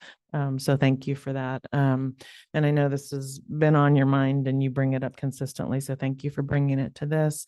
I feel like it is important. I would love to see, and maybe this is something that we work into our board protocols where it is maybe vice chair and maybe one other board member who are mentoring and sitting down with our school board reps and then reporting back to us or getting feedback from board members about data. I reflect on the different reps that we've had in the years that I've been on the board, and I believe they took it on themselves, did surveys and brought data, and it aligned with what was on the agenda. So we can help support the students, I think, in that if we know ahead of different topics that we would like to get student voice on. I also do feel like it is important somehow, and I love the fact that I think we do need to get voice from the middle schoolers. So taking our reps or coordinating a Zoom or, I don't know, building it into some type of project for their government class, or where they get a little bit something for engaging in this, and that way we are training up the students who might have an interest of wanting to be on the board moving forward once they get to the high school. I did have a question in reviewing this information about just the process in which our reps are chosen, and I think that has changed through the years as well. And I do recall, I feel like now Mayor, prior school board member Wade was involved in this and sat with the principal and went through the process. And I don't know if a board member is part of this anymore, but I think it is written in the regulation that a board member would be part of that. So I think for us to consider, I think it should be, I think we should be involved in just seeing and hearing some of those and looking through some of those applications just as part of that. And part of, Dr. Odie and I've talked about this, but part of what our goal is for this year is to identify the students at the internally identify names before we leave. So then it gives you all it will give you all an opportunity to be a part of the process throughout the summer, so that when we come back, we have the students we're gonna backwards design it a little better this time. So it looks like that would have to be a policy change, right? Is that, okay. I mean, at That's- least the way so that I read the policy, that's because right. it refers to I'm trying to find the The paragraph here. Student Government Association, Yes. through an application process, will select 3 students who can serve as student representatives to the school board. Names are given to the principal of Charlottesville High School, who will review and approve the names and then submit those to the superintendent, who will nominate them for review. So I think if we're looking to change that process. So the policy reads that, but I think the regs are a little different. Yeah. So I don't know. I mean, I think the regs, let's see. Beginning in April, faculty advisor will coordinate with members of the SGA to advertise, set a deadline. Once the applications are received, panel of SGA members, advisors, principal, class presidents, and a school board member will review the application.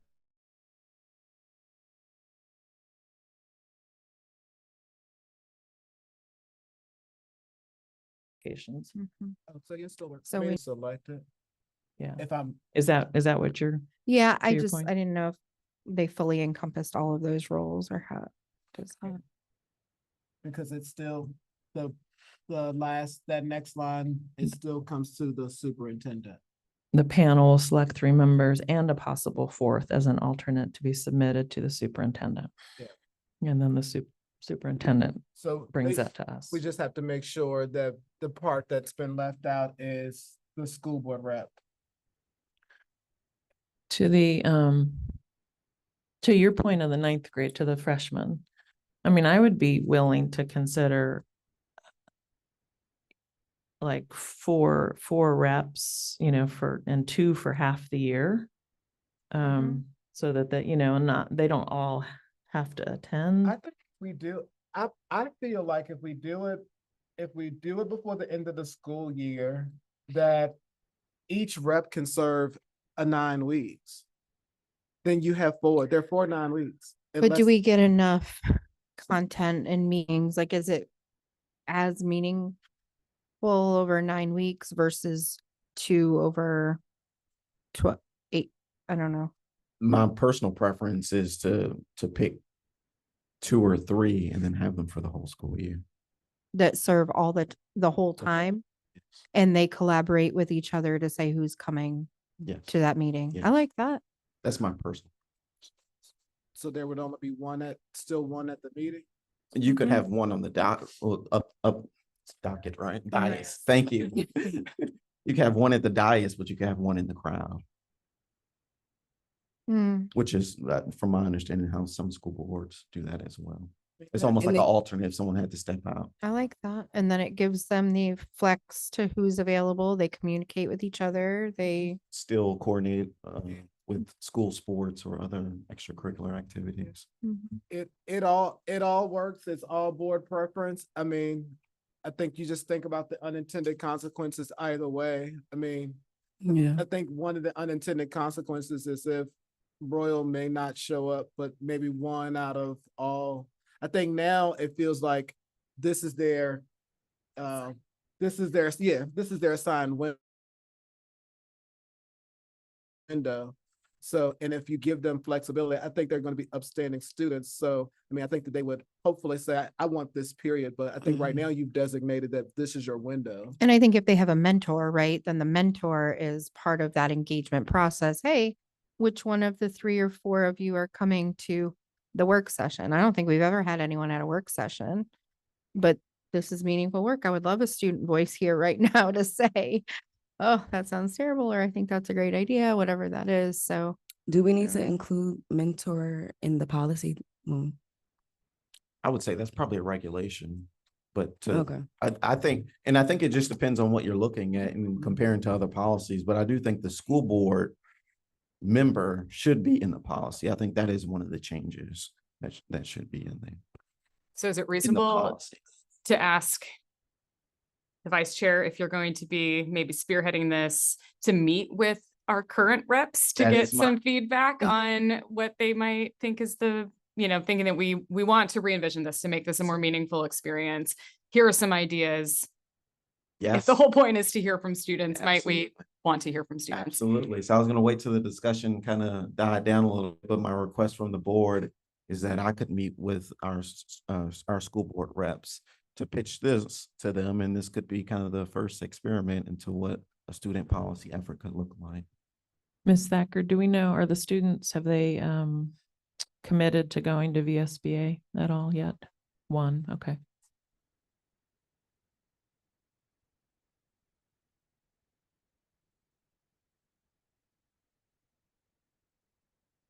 Yeah, my pleasure. Thank you. Thank So you we don't again. have any, other than, I guess it sounds like we won't tweak any policy until you've done the work. So we don't have it or regulation. Correct. Okay. Okay. I was wondering if everybody was okay with a quick 5-minute break, please. Is that okay? Okay. All right, thanks. You'll get Well, started at what time is it? 10? 10:21. do we Yeah, need a sure. motion? Do we need 10:21 is fine, thanks.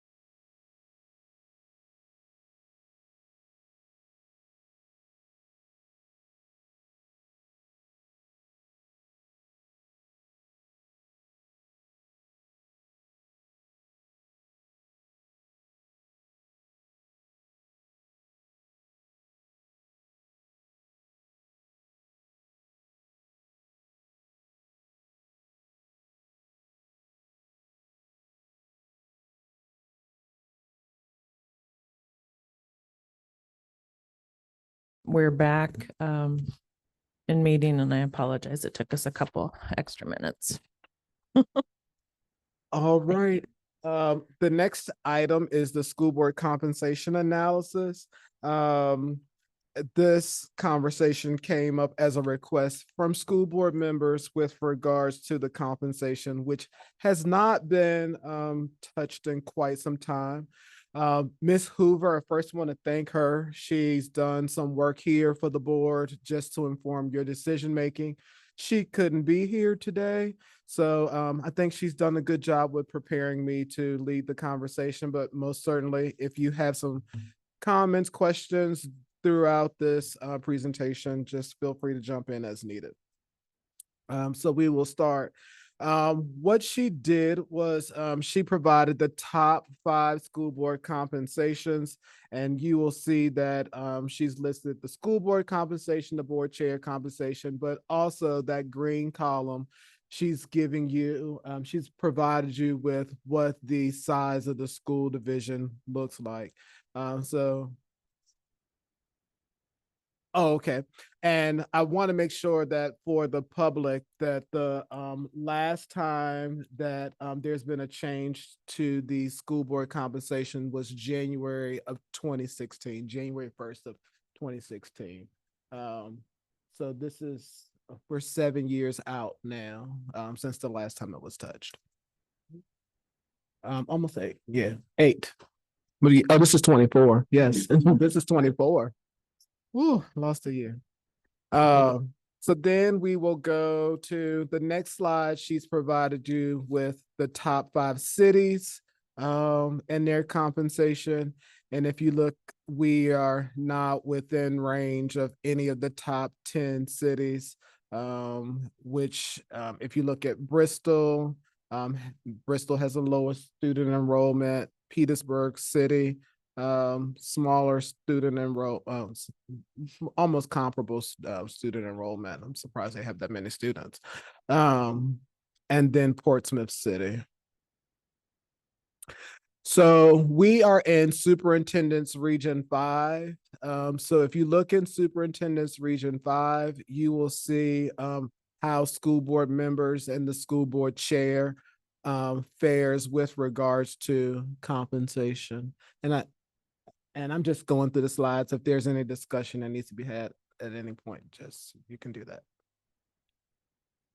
Our next slide shows comparison of highest school board chair compensation.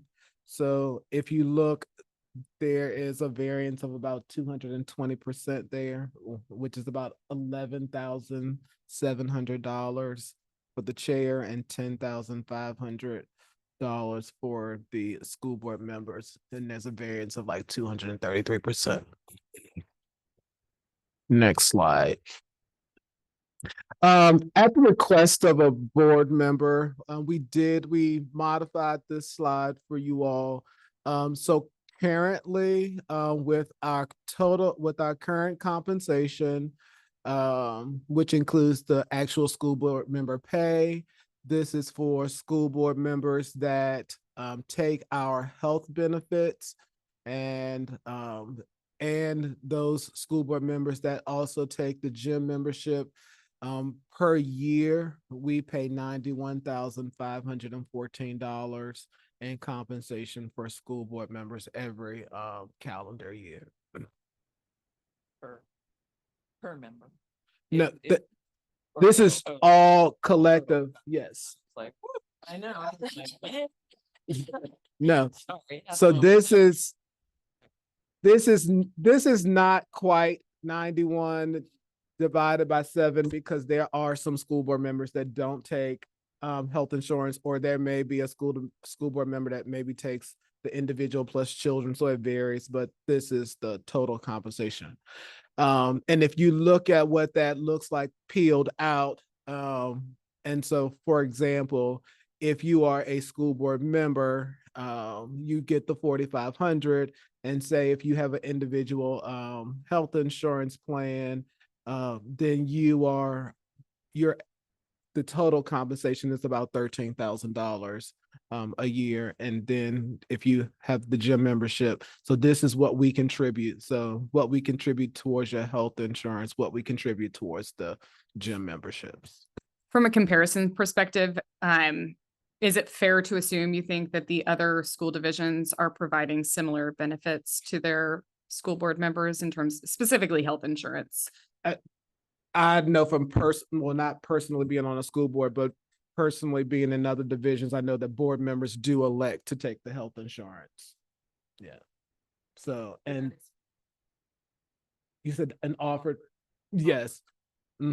So what's not reflected in our previous slides is that there is some additional compensation that the other school divisions, so in addition to having a higher salary, they also are electing to take advantage of the health insurance as well. The next slide just shows you as you think about what happens next, whether you decide that there should be no change or there should be an increase. This slide provides you, and it is the last slide in the presentation. This slide does provide for you what it would look like to have from a 5% to a 200% increase as the chair and a school board member. And it also shows you what the annual cost would be for whatever that percentage increase, or if you don't do an increase.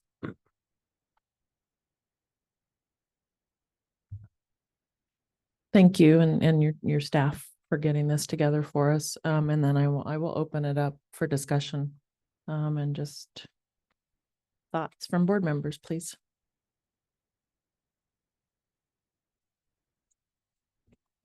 Sure, yeah.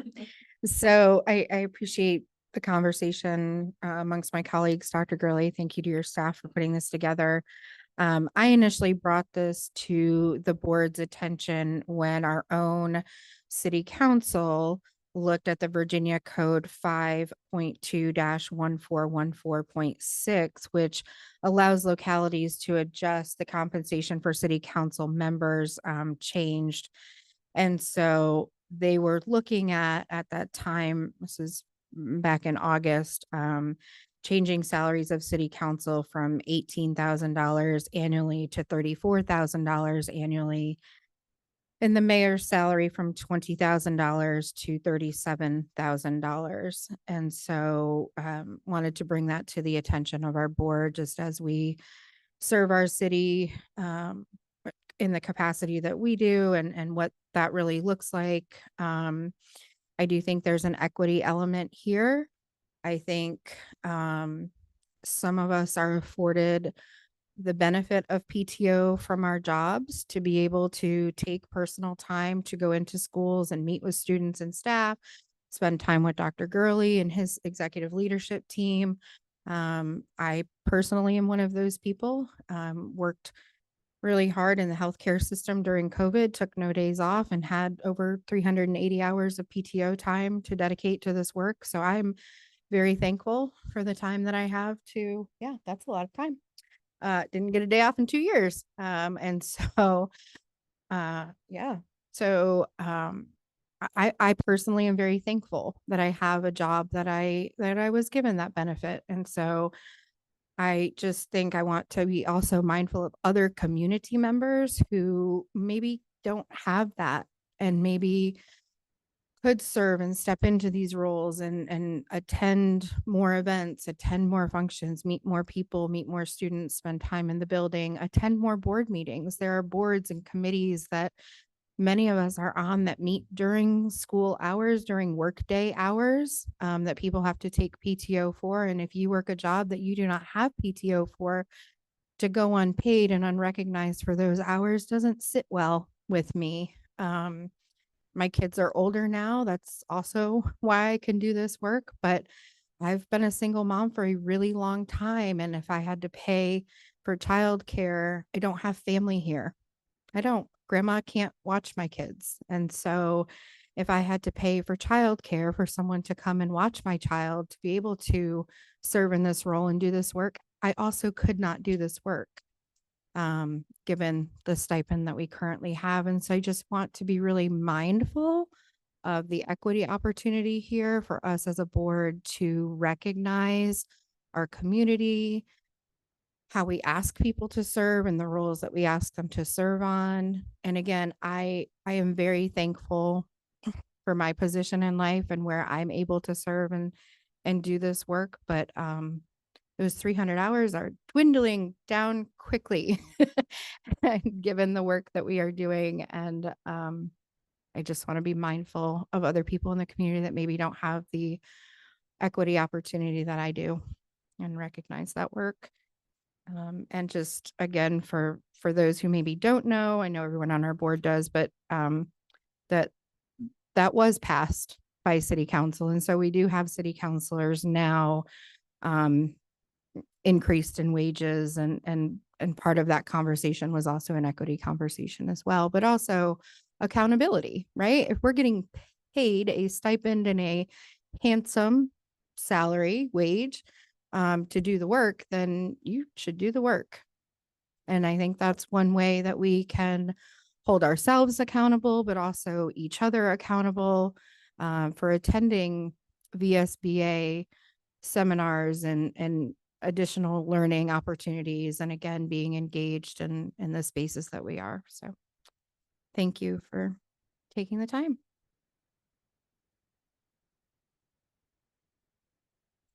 I think it is appropriate that we're addressing this, and it was appropriate that the city council was addressing it also.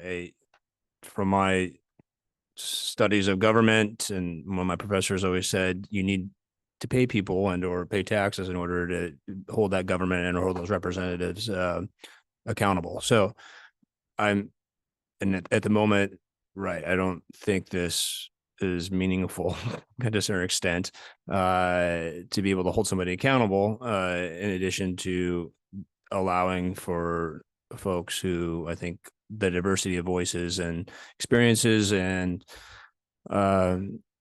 different parts of our community that should be serving on this board and bringing those bringing that diversity of opinion and again life experiences. It is for $4,500 a year, probably for a lot of folks, right? I think as Amanda mentioned, Ms. Burns mentioned, excuse me, that's not viable.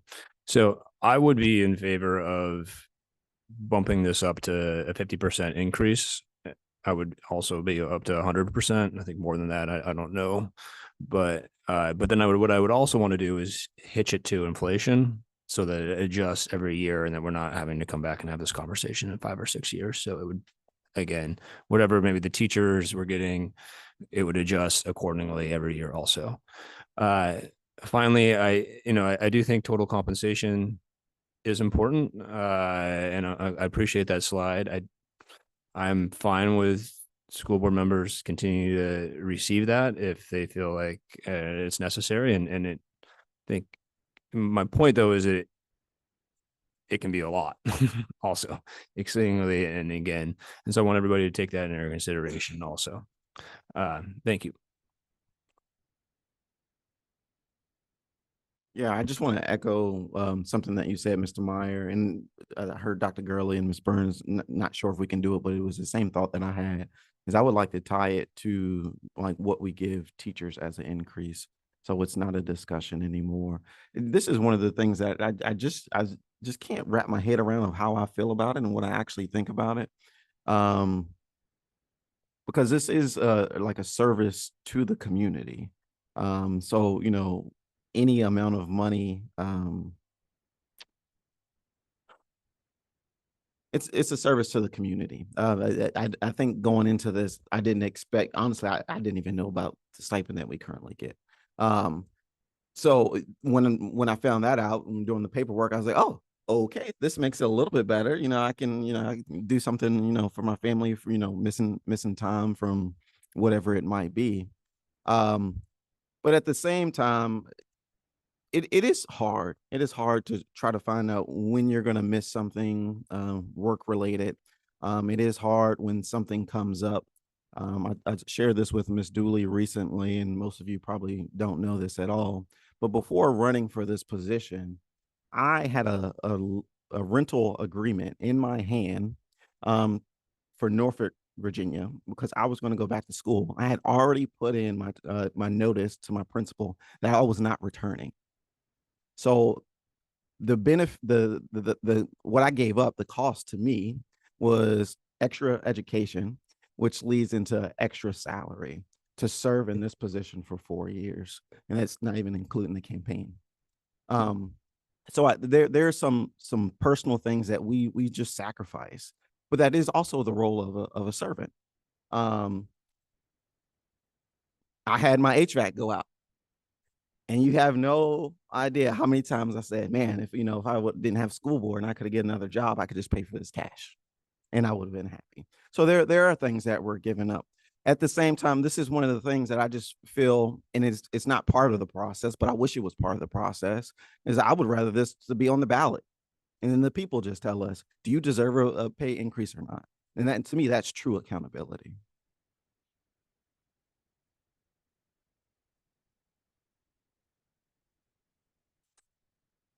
Kind of like just echoing what everybody's saying. When I came into this role at school board, I didn't know compensation was attached to it. I just kind of stepped into the role because I enjoyed the work. But again, once I got into it and realized how much you have to put into it, all of the meetings, just time away from your family, I think that we have to think about like paying the people that's serving our community, because you're away from your family. You're in a lot of meetings, and even when you're not working and you're in meetings, you're home, you're reading. So again, you're working. And so I think that time is precious, and time is something that you can't get back. And I think you should be compensated a little bit more for your time, because this is hard work that we're doing. And so, again, accountability, but also being able to be compensated so that you can show up more. Because again, like Amanda says, not all of us have jobs where that we have the PTO that we can take off. Sometimes when we take off to come to 4 and 5 hour meetings, we're missing time for work that we don't get paid for, and we still have to provide for our family. So being able to be compensated a little bit more can kind of help attract other people to be able to run for these roles so that they also can support their family and their voices can be heard. I just want to chime in that I think it is sort of on the ballot, because we can't just vote to give ourselves a raise and it immediately kicks in, right? That it goes through the next election cycle before it would, take effect. And so I think my guess would be that would be an obstacle to tying any sort of natural increase, or maybe it wouldn't, that it would just be a 2-year delay in our case, as opposed to annual, right? If we were to tie it to some sort of inflation index, like there would be a lag, whatever, still same outcome eventually.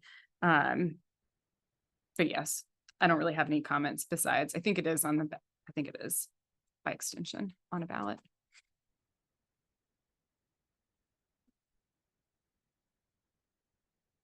I would like to say thank you, Ms. Burns, for bringing this to the table. I agree with a lot of the things that you mentioned, everything that everybody mentioned.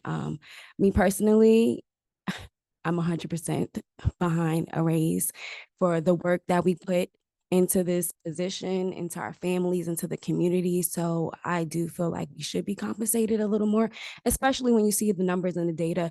It makes sense. Do I have a number that I feel like we should be increased to at this moment? No, but I feel like it is something that we should still continue to discuss. So I'm 100% behind that. Thank you, everybody, for your comments. Thank you, Ms. Burns, for bringing this forward. Similar to, I think, several people. Again, when I ran initially, it was based on passion and my involvement with the schools and the advocacy that I had done, and feeling like I had something to bring to the board. So it was, yes, a pleasant surprise, or just a surprise, period, when I sat down and filled out the paperwork. And initially,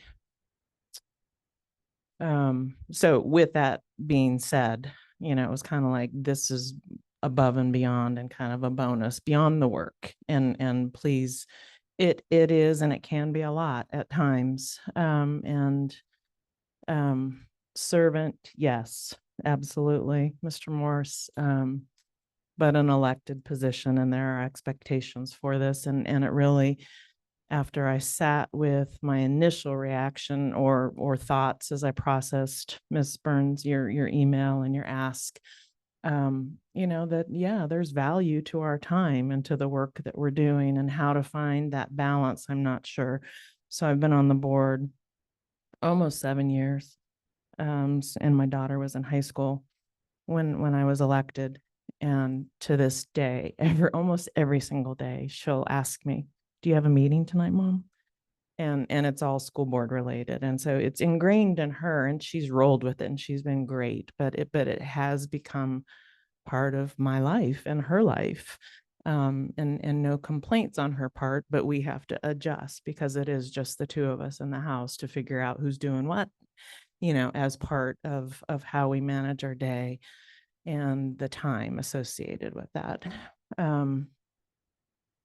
I am lucky in the sense, and just speaking about me and my job, I can flex my time. So I don't ever feel like I can ask. I mean, I do ask for PTO for the VSBA, the annual conference, but I flex it. I make up that work somewhere else on the weekends, an extra long day to make up for the time that I spend here doing the work for the school board. And I appreciate, I am one who opts and takes the healthcare benefits, and I'm grateful for that. And again, I was on the board several years before I even realized, like, oh my gosh, I could do that. So I am grateful for that. And I realize that there is value to that as well. So, I mean, I'm definitely supportive, and I don't want this to be an equity thing. And I think as we board members, are talking to other people who might have an interest in stepping into this at some point, being really transparent. Mr. Wade was very transparent with me that you need to expect X amount of hours per week, to put in. And so knowing that up front, and whether or not you can make it work, because it's not an easy thing to straddle with family and jobs and just life to add this in, but it's really, really important work. So here we are. I mean, I think it sounds like majority of us are in support of something, but how do we land, and what's the time frame for that something? Well, I think according to my research, you all have to you have to vote and approve on this before the end of this calendar year in order for it to take effect for the next after the next election, for the 26th, January 1st of 26. So I think Mr. Meyer has given you he's given you all like a window of like a range of what he's thinking. And I think this is the appropriate setting, because you're going to have to make a motion at some point, and then have your period for comment, and then you're going to have to vote on it. And the year will be over before you know it. And so, just out of curiosity, Dr. Gurley. Yes, ma'am. So the increase to budget. So if we were to say all agree on a 50% increase, that's a change of roughly $16,000. How much it would cost to implement, and that's the change. That's the change total. And then again, when we're talking about city council and the fact that they have access to money a little bit easier than we do. Right. I mean, I look at that and I think, well, what could that $16,000 do for our students, if anything? I mean, that's kind of where I start to question as we bump it up. The $16,000 is not an FTE. If you were want something compared to, it's not an FTE. It would probably be like equivalent to supplies or something like that. Yes, sir. I mean, think also worth noting, I know in our conversation with our last election group, there were 4 spots open and 4 people ran. And I don't think that's great for democracy, period. I think that is not how elections should happen. And so if this becomes a conduit by which we have conversations with people in our community about, to your point, Ms. Torres, the commitment. This is what the commitment is. These are the hours. These are the boards that we are on in addition to the school board. And by way, there is also a stipend to appreciate you for your time or the opportunity to take health insurance through the district. That becomes part of the conversation as we look to just engage again democratically in our community, so that we can have vibrant conversations during election season, that we understand where people sit and feel and speak about different topics in our community and our school board, and just continue to foster that so that we don't just get stuck with who shows up, because I think that can be dangerous as well. And so I just would like that to be part of the conversation as we do look to elections and what happens in various seasons. So thank you. Yeah, just the amount. I mean, to me, 50% increase would reflect probably inflation over the last 8 years since 2016 has been changed. I think that still reflects a lot of servitude for the amount of, again, time that we all put in. And again, today, this morning, 4 hours on a Saturday being reflective of kind of the hours we all put in. So I would suggest we land on that, and then again with something that adjusts that every year, if that would be possible. So, but understanding that would not start So for until January procedures, 26th. how does? Right. And then I would hope we would vote on this in December, basically, but allow for obviously community to come back and provide input to us at the next normal November. regular board meeting in November. Yeah, so I think what we need to probably do right now is land on whether or not we're all comfortable with the 50%. And then it comes, I believe it would land on the meeting as an item for discussion for a November public comment. And then we would take action on it in December. yes, and I just want to make sure that to clarify that there's nothing you can put in. Well, I don't want to say nothing, but it's not my understanding where you can yearly give it a raise, because that's not how it reads in the Code of Virginia. It's always this 2 We would have to take it up. Do we have Another- good lawyers who another can figure this out? I mean, if we can't, all right. I think just- it's in the but whatever. statute, right? It's in Yeah. the state code of how you Yeah. increase salary, what the timing of which it's brought about. So even though the last increase was in 2016, it was actually discussed in 2014, Right. went through a cycle and then was implemented. And the same thing would happen this year. We vote on it by the end of December. However, it doesn't come into effect until January of 26. And so that's your escalator, is just as a board, you make it part of the October work session every 2 years, right? Or whatever your cadence is, you just make it part of the conversation, and we say, nope, looks great. Nope, we've got to reevaluate. And that is the escalator. It's right. Like employee raises, that's not a given. Like raises are not a given either. I think that's fair to say. For any role, whether it's school board or otherwise, not a given. There's an evaluation process. There's a contract by way of election that these things happen. And so just being mindful of a process of review for salary stipend. Thank you. So I echo Mr. Myers, 50% as an initial start feels comfortable to me. I had no preference. Okay. Ms. Richardson, you thinking about it? I'm gonna go with 100 since we just throwing numbers out. You know,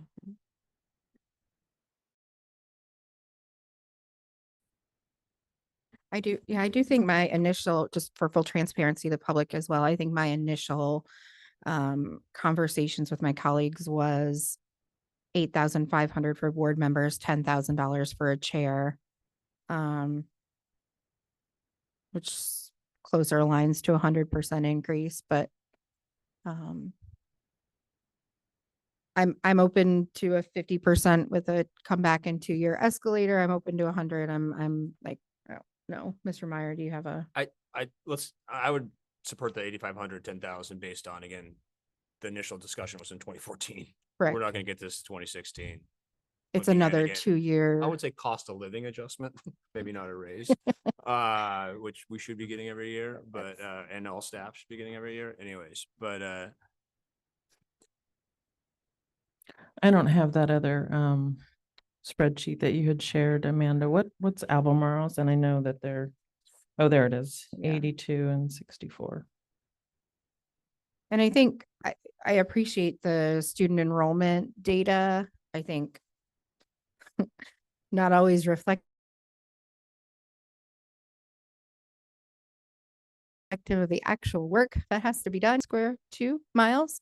So I appreciate the student enrollment data, but even if you do go back to, I think slide 3, when we see Petersburg City with them sitting at 6,500 and 8,500 comparable to like our student numbers, I think, sitting in there, but then seeing Bristol City at 6,400, I think that gives us a little bit more room to move. So Yeah, I don't feel like I'm comfortable with 100%. I mean, I feel like, if you want to try and build in a little bit more anticipating that it's going to be a couple of years that we won't have, I'd be curious. I could do the math, but I don't have the brain power right now to like look at 60%, and just build in a little kind of meet like that. somewhere. And I was gonna say, she's just building this out for you in terms of those round percentages. If you say your initial recommendation was that figure, then she can go back and work that figure up. I think that would be helpful if we could have Ms. Huber provide what the delta is, 8,500 for board members and $10,000 for chair. You said 85. I'm sorry, I gotta turn my pen on. 85 for board members and 10,000 for chair. And then maybe what the delta there, see. And then maybe one less to my colleague's point.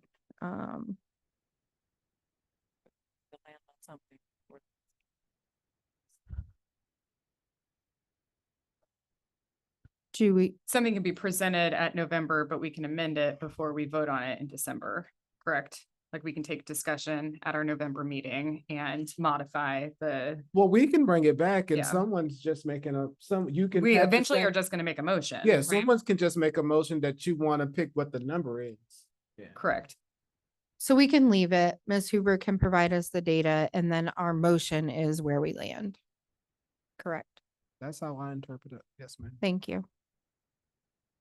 Are there any other figures other colleagues are interested in between that 85 and 10? Because a 50% increase would be 79.50 and 67.50.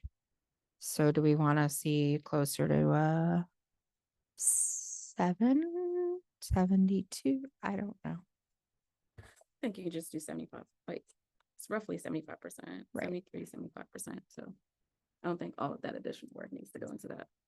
Thank you, Ms. Cooper. All right. Thank you. Thank you all. We will move on to Dr. Odie. You don't have to use your cafeteria voice. Testing. All right, good. It is still morning. Good morning, everybody. I understand that the board was interested in learning more about some different calendar options. So today I'm going to bring some of that information to you. Once we get that showing, we'll go to the next slide. So you hear, our calendar really does impact many things in our strategic plan, but I did just focus on priority one, and you can see those two targets that I highlighted for you today. I'll go to the next slide, please. Our sum and substance of this presentation there before you. We'll talk about the different types, traditional 4-day and year-round calendars, and we'll get to what the code says about them, even what the DOE says, and we'll talk about pros and cons of each of those calendars. The next steps. All righty. So of course, we have the traditional calendar, which is the calendar that we operate under. Those traditional calendars typically consist of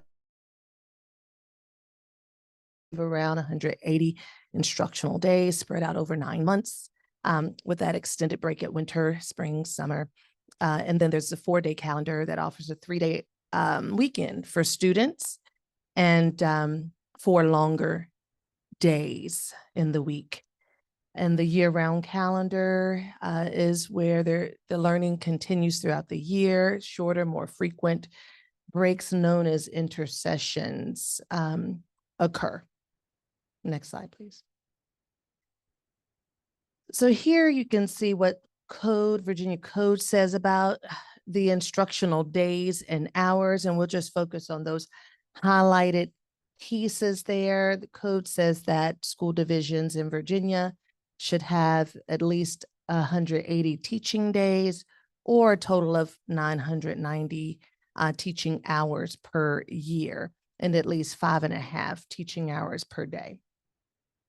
Next slide, please.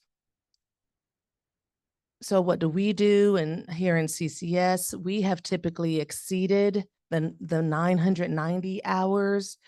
We realize that 990 hours is not an optimal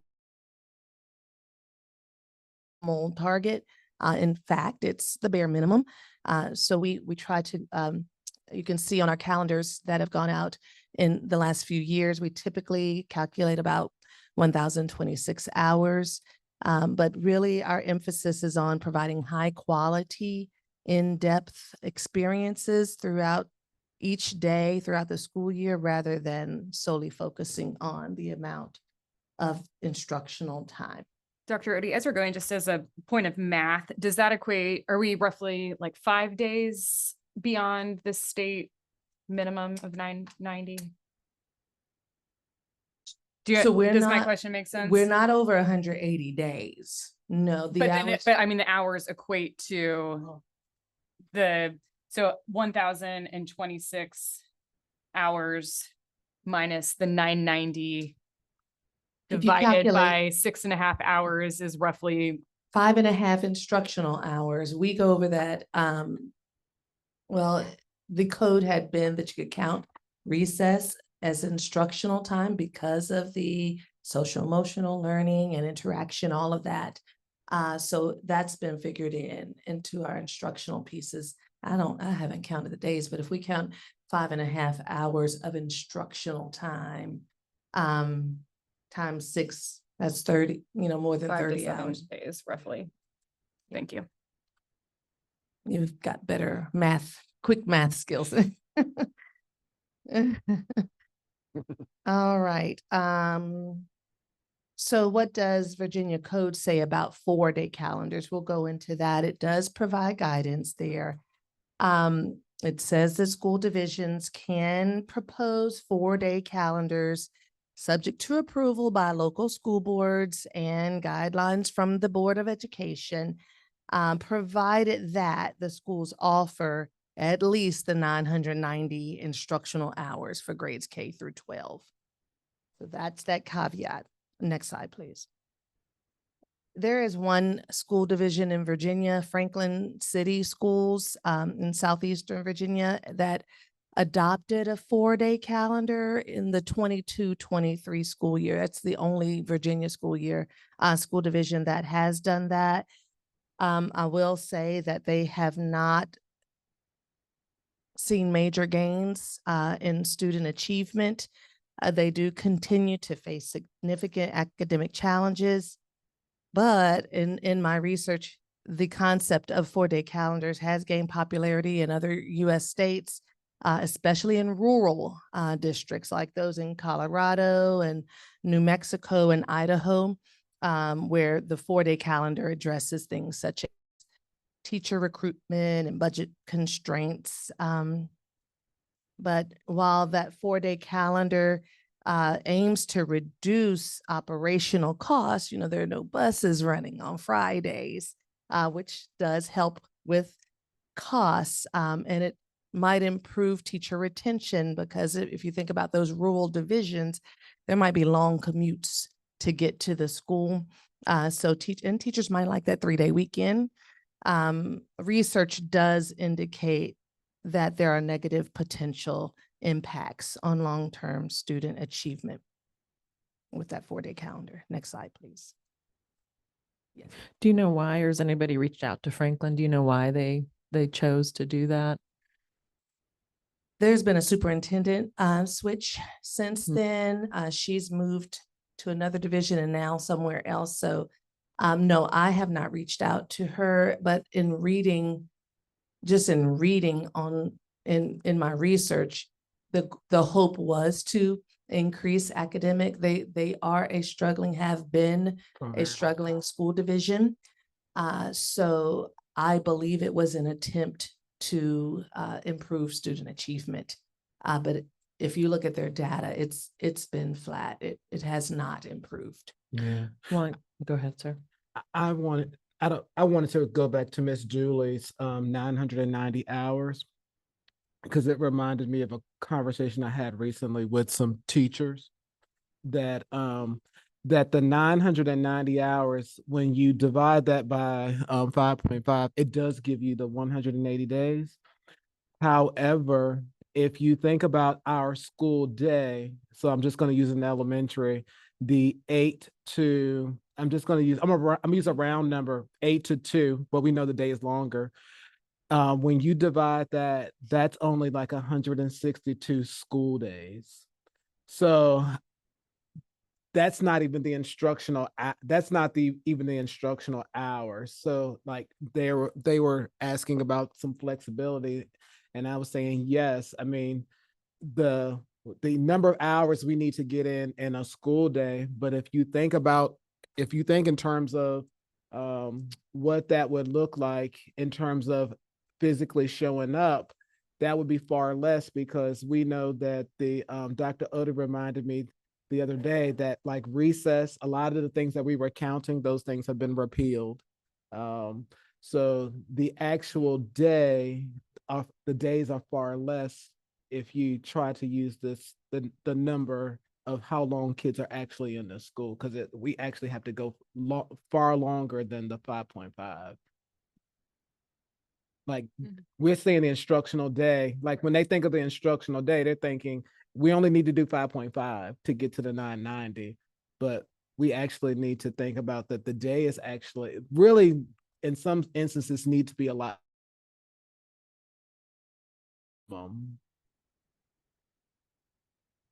There's so many things impact, like because there's so many things you have to tease out in a school day. So it's really like the instructional time. And so that's what the previous slide was referring to, sacrificing instructional time. Mm-hmm. But in the 4-day calendar there, at least what I understood in your previous point, is we're actually adding more time to those 4 days. Is that Yes, right? well, we would have to, Right. if we're trying, because code requires us to get to that minimum of 990. So we would have those longer days. And here you can see on this slide, I shared the example. When you take out Fridays, you now have 144 school days in the calendar instead of 180 or 176 or whatever.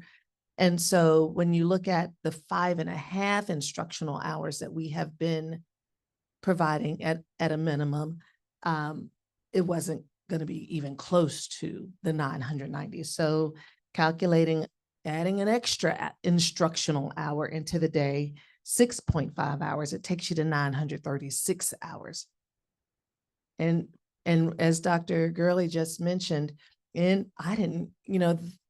of September of this year, the code that had allowed us to count recess was repealed as of this last month. So now we're looking at actual instruction. Recess is, we see that as instruction, but we can't count it anymore. So we can't just add an hour. So looking at adding 2 hours into the day. So let's think of an elementary student who starts the day at 8 o'clock and typically gets out at 2:30. Now they're staying till 4:30. Then we get to 1,080 hours, which is it's but better than the math there is keeping the same number of same number of days or weeks, right? Yes. Like in lieu of extending the school year, right? Like you're doing the math of 4 days with our existing calendar. Yes. But I think if we looked truly at the Franklin model, they didn't completely eliminate Fridays. They did 17 Fridays during the school year where students and staff have off, and 17 Fridays in which the students have half days, with the goal of those days being project-based learning, assemblies, class meetings with administrators, et cetera. And then the half days for staff being time for them to focus on training and interventions and meetings, parent meetings, staff meetings,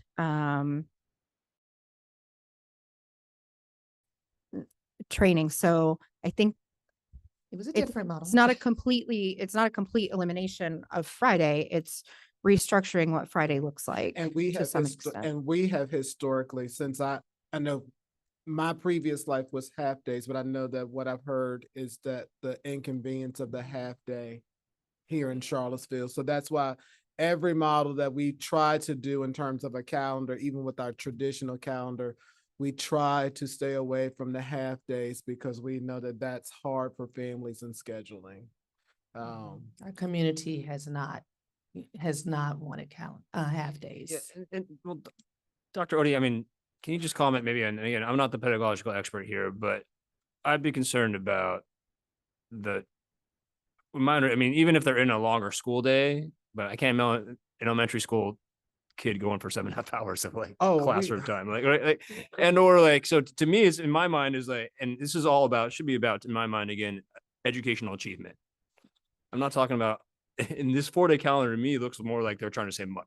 And they're not going for educational achievement here. I think that has been the case in the rural divisions. It's Right. a money saver. Right. But The buses and instead, right.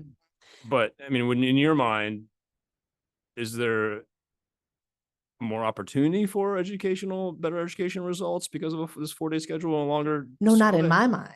Not in your mind. Okay, and that's No, I brought this to you all because I understand you wanted to. we wanted to understand that, but yeah, I just want, you're the Mhm. expert in this, and so I wanted to, if you really think that it would actually achieve better educational results, and it doesn't sound like that's the case. No, Right. in my research and looking at Franklin City, their modified schedule, even though they had some Fridays where the kids were coming to school, their data was flat. And in looking at, if you go to the next slide, I've got some samples of schools there in the Midwest. Again, these are rural districts, and their data, in looking at the data in these schools, like Moffat County had like a 35% proficiency rate in reading, and a 17% proficiency rate in math. So it's, and really, if you look at Nampa, the same 35 and 23, and Estancia, 32% or lower. The data that I have found in this cursory review, I mean, I can certainly dig deeper if it is the will of the board, but the data that I have found has not proven that a 4-day calendar would be effective or beneficial to our students. And what you just said, Mr. Meyer, about having our little ones stay for that length of time in a day Even high schools, I mean, even high even school high school. students, there are unintended consequences It- because I can't sports. imagine when you would do sports. Sports and all of that is going to be, you'll see that on the pros and cons slide. There are certainly, the teachers enjoyed it during COVID because that meant they didn't have to be on the screen all day long with the kids. They were on the screen for a minimum amount of time. There was time for the students, asynchronous time for the students to do their work. They could have a break from the screen. And then on Fridays, we were able to use that time for professional learning and planning. And it felt really good. The thing about this is we would not, well, in the era that we are in, as Dr. Gurley mentioned earlier, if we're having students stay for 9 or 10 hours, or how those teachers are there as well, they're not coming on Friday to do any professional learning or planning, because their hours would have been encumbered in the 4 days. So that's a really important, it sounds great, but it would not be that way based on what I've seen. I think we can go to the next slide, unless you wanted to hear more about those school divisions. Okay. So we'll talk about year-round calendars and what this DOE says. I didn't see anything in code specifically about year-round, but the DOE does have information on their site. In a year-round calendar, the days are distributed over 10, 11, or 12 months rather than the traditional 9-month schedule. It typically leads to shorter summer breaks with additional intersessions, as I mentioned earlier, and those are those breaks or during the transitional periods. The intersessions provide opportunities for student remediation or enrichment activities. In my experience, those intersessions are optional. Remember, it takes away the students' the 180 days are already spread out throughout the rest of the calendar. So these intersessions are in addition to those days. Next slide, please. So in my study, I found a JLARC report from 2012. It's a little bit dated, but I had some good information in there. Looking at the findings that report shared, it said that year-round schools had similar overall SOL scores to traditional schools. So I think that many people look at year-round and you'll see some pros. The summer slide has been, it's said that the summer slide is not there, but again, that report indicated that the achievement is the same as in a traditional school, but certain groups, such as Black students, there was a closing of the achievement gap in some of those school divisions. One thing to keep in mind is that the year-round calendar does increase expenditures by about 3%. When you think of transportation running longer throughout the year and nutrition, well, we provide food over the summer for our students, but running lights and power in the buildings for longer are different additional expenditures. Next slide. Yes. Thanks, Dr. Odie, excuse me. So, my understanding was this, and I think the Joint Legislative Audit Review Commission, again, is a study done specific for Virginia, right? That I think was ordered for everybody's understanding from the General Assembly.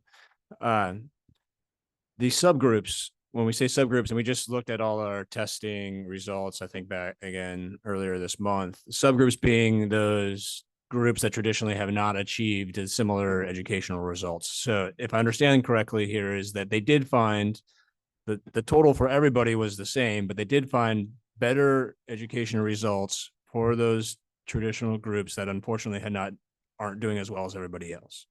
Yes. And why do we think that was happening? Or why did they think that was happening? Those students would have come to school more.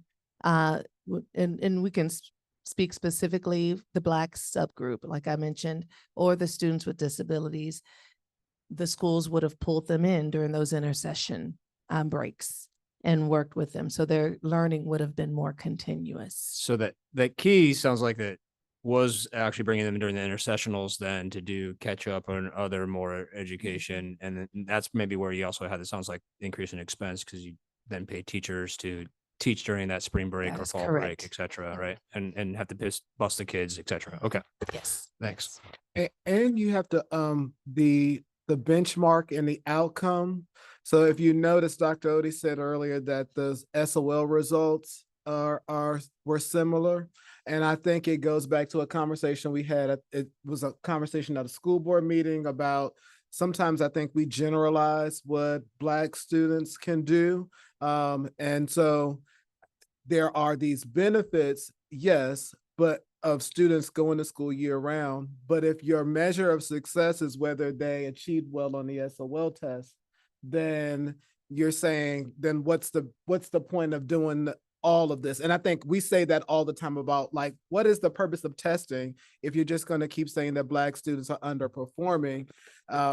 So here it's saying, yes, there are benefits to students doing it, but the benefit is not SOL test, which is what I say all the time, is that we generalize saying that students can't read when we're only using one measure to say whether students can read or not, and it's an SOL test. Well, so digging into that, all right, setting aside the SOL scores, Yes, sir. which was, again, what they chose as the proxy for showing results or not, you might say in this case, is were there other proxies for showing better results that are noted other than the SOL scores related to the year-round calendar?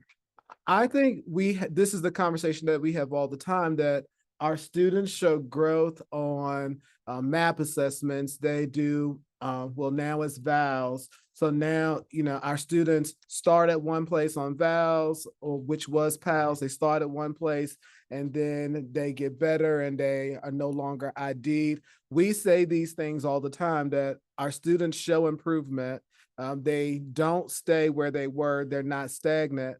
But the only thing that measures our success that's public facing is SOL data, which is, to me, it's not fair, because that's only one mechanism. So yes, there are multiple ways, but I don't think that legislators and these other folks care about the other ways because they use the SOL test. Well, that's a whole separate, I think we could dig into, but I was just trying to understand, again, specific to a calendar, if you knew other proxies for educational attainment that had been measured in some way, but if not, that's fine. And we can keep on going. Thanks. Thank you. We'll go to the next slide. So here we're looking at what year-long schools would look like here, what we would need to do in Charlottesville City schools to initiate a year-round school program in our division. We would first need to secure a planning grant. The DOE provides the opportunity for school divisions to apply for and obtain planning grants to start that work. It would provide the necessary funding for research and development, and we would need to gain staff buy-in. That would be essential. Engaging the educators that we have here, the amazing educators, to see if they're interested or willing to move forward in a venture such as this. We pull them in for informational sessions and feedback opportunities to address concerns and highlight the benefits that this type of calendar could provide. Additionally, we need to foster family buy-in. We want to make sure that we provide clear communication about the advantages that could present themselves for year-round schooling, along with the opportunities or challenges that it could provide for families. We want to hear their voices and thoughts, and hope that they would participate in this process. Ultimately, though, collaboration amongst all of those stakeholders would be the key to the successful implementation or transition to a year-round calendar. I will tell you that I was part of this work in Chesterfield County Public Schools. I might have shared that with you all before when we moved Bellwood Elementary School and Falling Creek Elementary School to the year-round school status. And we went through all of that work with this family and staff engagement, and it was a challenge. When we did this work, we had to offer the teachers and the families different schools if they did not have the desire to be part of the year-round school calendar. So that presented a challenge in itself. So next slide. You look like you have a question. Well, I think to be very clear in the Chesterfield County example, they only chose 2 schools out of the whole division. That is correct. Before I came, I went to Chesterfield Yeah. in 2017 as a director. There had been the opportunity the year before for schools, for principals to share something innovative that they were interested in pursuing. So these 2 principals chose to look at year-round schooling. It was not a division wide venture. There are lots of elementary schools and middle schools, like 10 high schools and middle schools there. So it would have been a large undertaking to move the full division to year-round schooling. So they did start with the 2. And since then, I think you all may have seen on the news that they delved into the data. So we started in 2018 with Bellwood, in 2019 with Falling Creek. I supervised both of those schools and went through all of that process. They now have seen that the data does not indicate that there is an advantage large enough of student achievement to continue. So what I understood was that they wanted to end the year-round calendar for both schools. They did choose to end it for Falling Creek, but the Bellwood principal really lifted her voice, and they kept it for Bellwood for now. So. Dr. Odie, real quick, and just for other board members, I think there had been discussion pre-COVID of at least one of our elementary schools considering this as a model, but I think COVID probably. When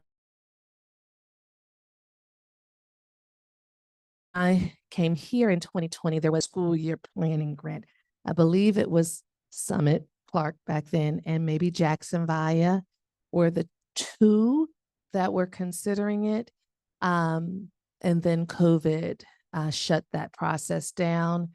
It was just a planning grant. And so we sort of converted it into an extended day grant. I think extending the EBL is where we moved that to, which also did not work out too well during COVID, as there was fatigue. And so we did not continue with that. And that was an after-school literacy program, Yes. just for you. I'm so sorry. That's okay. Yeah.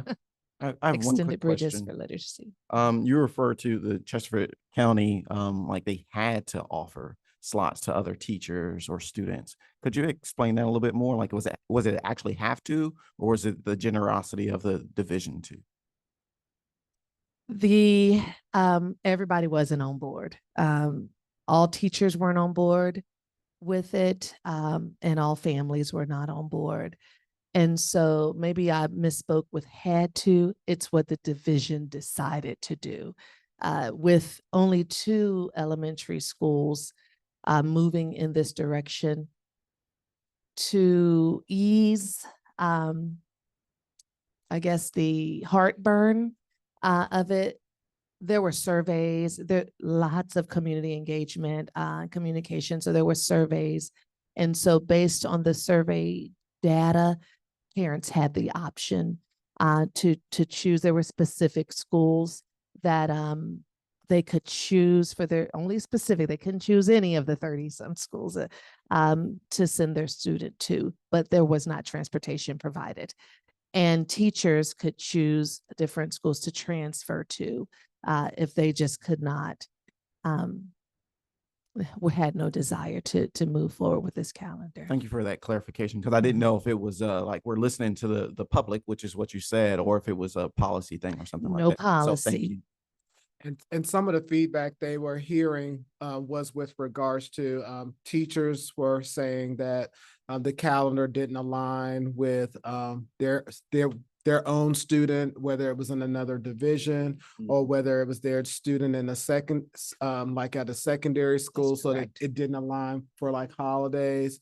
They also, it was the holidays, their own student. Yeah, I think it was largely that. Oh, there was some and the families said, so that was the teacher aspect. And then the feedback for families was also the same in terms of having students at different schools. It didn't work for their own schedule. So that's why they wanted the flexibility. Yeah, I think I sent around to y'all that there's a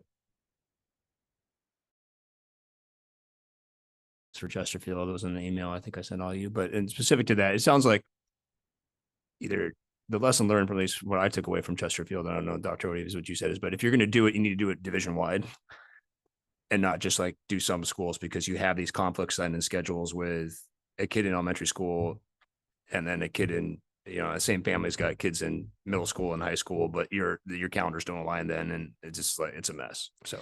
So You will see on it, in further slides, I would share that Hopewell, Public Schools, that superintendent had an appetite for moving her division, full division. I think there are 3 elementary schools, 1 middle and 1 high school. At Hopewell, she came and met with me and met with our team, brought her board to observe at Bellwood. And they did move to a division-wide year-round calendar, Hopewell. And so I've looked at their data, and so they moved in 2020 to a division-wide year-round schools. And their data, while I do see some increase in student achievement, it's I would say, we're friends, but it's minimal. And we are coming out of COVID, and everyone is showing improvement as we move further and further away from COVID. So I haven't seen like this tremendous growth because they have moved to a year-round calendar. yeah, I mean, just thinking about data analysis studies, you need to have a control group, and that, which when you obviously thinking about design study again, Chesterfield County, if you set half your schools do it, another half your schools, you have a very good, easy, clean control group, right? But to look at just Hopewell, and you'd have to have a pretty large data analysis and thinking about, looking at everything, which I appreciate from the JLARC study, I think did that, right? If I understand it correctly. So I think we can go to the next slide, please. So I did list some school divisions that have across the nation who have gone year round in their divisions. And I just have a few notes. And there are varying degrees of success in these school divisions. Some of them, Wake County had positive outcomes, particularly in minimizing the summer learning loss and supporting at-risk students. Chicago reports mixed results. They're saying that some schools benefited from the schedule and others did not. They faced implementation challenges. Los Angeles says it's helped with overcrowding. It's helped manage overcrowding and maintaining engagement, although academic achievement was inconsistent. Broward County had noted success in student achievement and retention rates for struggling students. So that's one that it has worked for. Fairfax indicates that their year-round students perform similarly to their traditional schools. And then Chesterfield, I've already shared information about Chesterfield and Hopewell. But I would say that collectively, the effectiveness of year-round schooling it really just hinges on factors like community support, school resources, staff support, and specific implementation strategies that are put into place. Next slide, please. So we've sort of talked about all of the pros and cons. These slides, the next 3 slides really highlight the pros and cons for each of those different calendars. And I could certainly read through those or just have you take a look and see if you have any questions about any of those pros or cons. This, of course, is the 4-day calendar. We just saw the pros and cons for the traditional, and there for the 4-day, and there for the year round. I just see on this pros and cons for the year round, you have frequent breaks, which in my mind is good for more for the staff, since we've heard recently more of I'm getting burned out, et cetera, right? So you'd have a break after the quarter, you get to clear your head for a week, then you come back, but then you have on cons potential burnout for teachers. And I guess that's assuming that. So, there. what I have here, while there are more frequent breaks, teachers may not have enough downtime in between the instructional sessions. So they're so used to having a long summer and they don't have that anymore.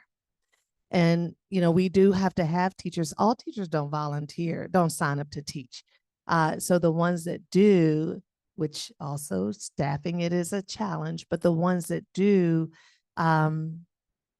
they have expressed that it's just they're burnt out. They don't have the long summer. Some love it because they can go to Disney World in October and it's cheaper instead of waiting to the summer.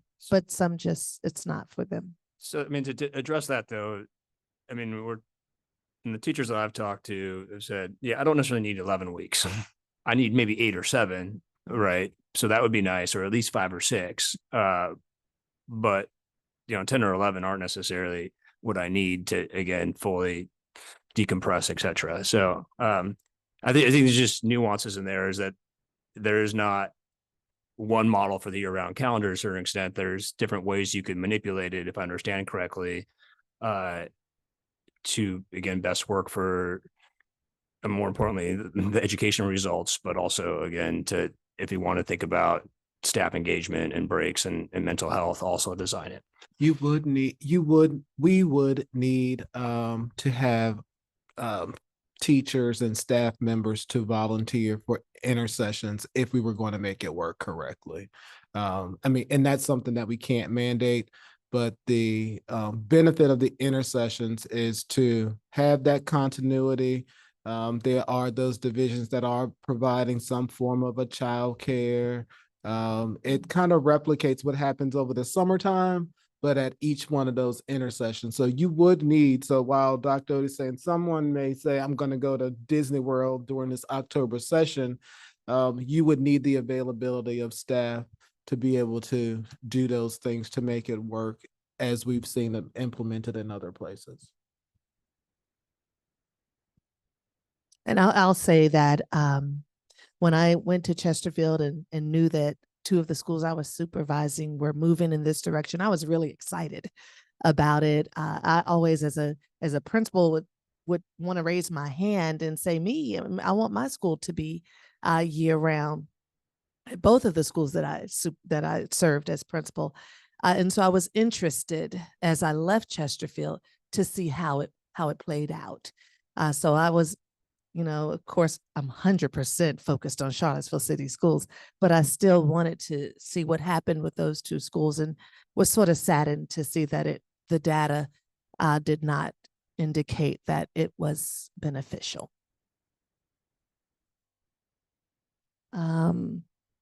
So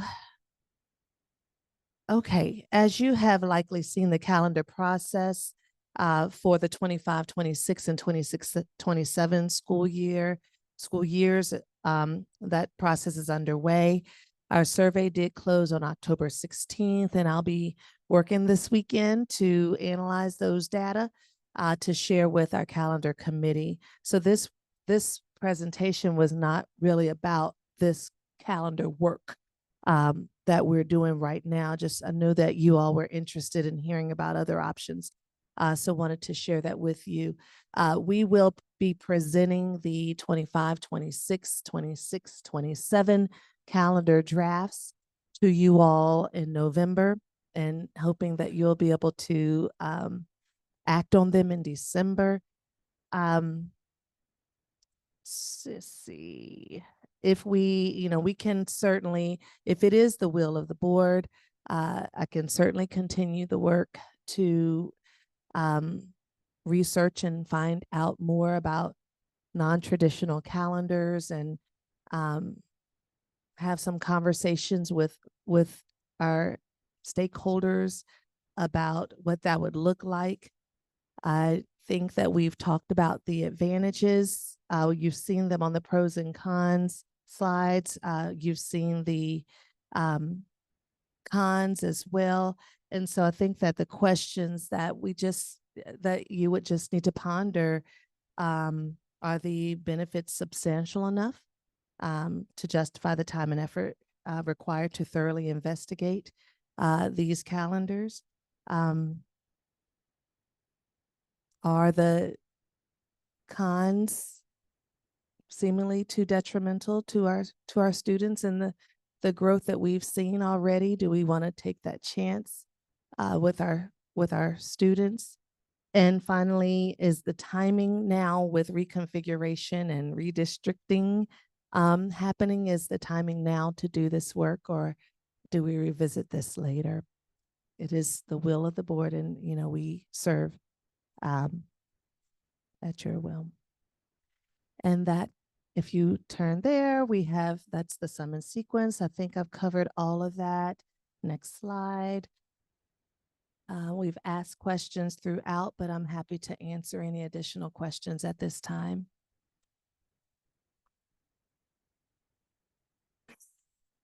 Thank you. I think I want the data to show something that it doesn't. Like, I really like the idea of a year-round approach, but I haven't yet seen compelling evidence that leads me to believe that we can embark upon a whole-scale change to our calendar. I also think the city is uniquely positioned within Albemarle County, that although we are independent of them, it would be very difficult to make that kind of change without them being on board doing something similar. It was nice to see that Albemarle County has recently adjusted their calendar a few years after we made some significant changes. So perhaps there's an opportunity to lead the way in this space. I think in the short term, regardless of what the will of the board is, like, a whole-scale change is not going to happen for the 25-26 school year. And so I'm interested in some more discussion about the draft calendars that are going to be proposed, because they feel a little bit rinse and repeat, which is fine. That's what we've been doing. And so are there some smaller scale changes that we can be making to these calendars in light of feedback that we've been receiving from families and teachers about, burnout, needing more time? Where do we potentially add some additional work days? I don't know. I'm always doing the math. Like, teachers are on a 200-day contract. They work 193 days or 94 days. So there are 6 days potentially to play with, to be adding to a calendar, to be, providing teachers as work days, or to, complete trainings that we need done. It's kind of just like a brain dump laundry list here of things. And reviewing some of the attendance data, we know that there's a higher percentage of teacher absences on Fridays. So is there an opportunity to periodically have a Friday off for this mental health break every month or 2 months, quarter, whatever it ends up being. That might also help with some of our student accreditation issues with absences. We know that we've got a lot of different demographics of students who are missing school. If we're giving some extra time periodically, maybe family vacations can be planned around those days instead of just being pulled from school days. I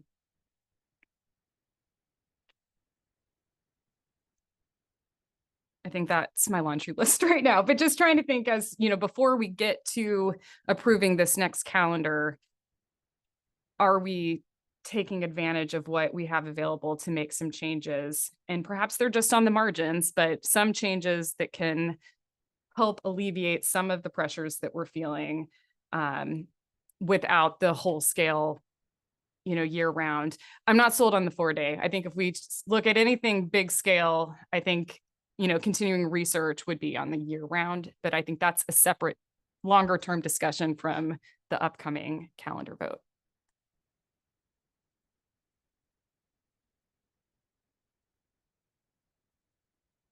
All right. Well, as you all know, I'm the 4-day calendar advocate.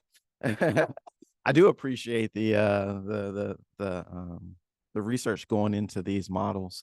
I still think there's something to the 4-day, but I think maybe some of it's just not school related. I also think it ties into my educational philosophy of like, I'm willing to try stuff. I'm willing to risk it with you know, gains at the end or potential gains at the end. So and maybe that's just me and I'm totally okay with that. I mean, I think it ties in definitely with my background and where I work at right now. So I think that's just one of the things. And if I can be honest with you, if I can take my go innovate and go risk it, I think, you know, the 4-day probably doesn't fit within our strategic plan and making sure that we have research based. But I think it's just me that I'm willing to be the research. I'm willing to be the research, not just for us, but for the rest of the districts as well within the Commonwealth of Virginia. With that being said, Ms. Dooley, I think you're right on track about the attendance, as well as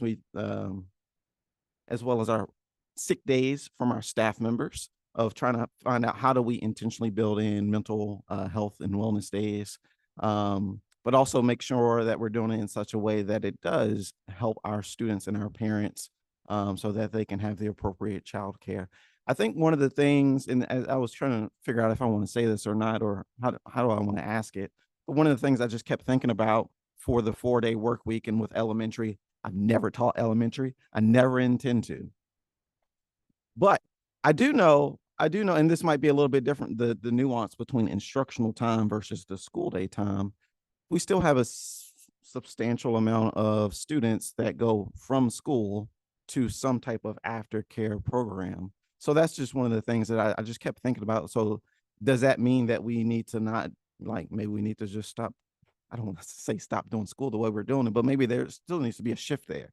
But that shift can still take place in the traditional or year-round school calendar.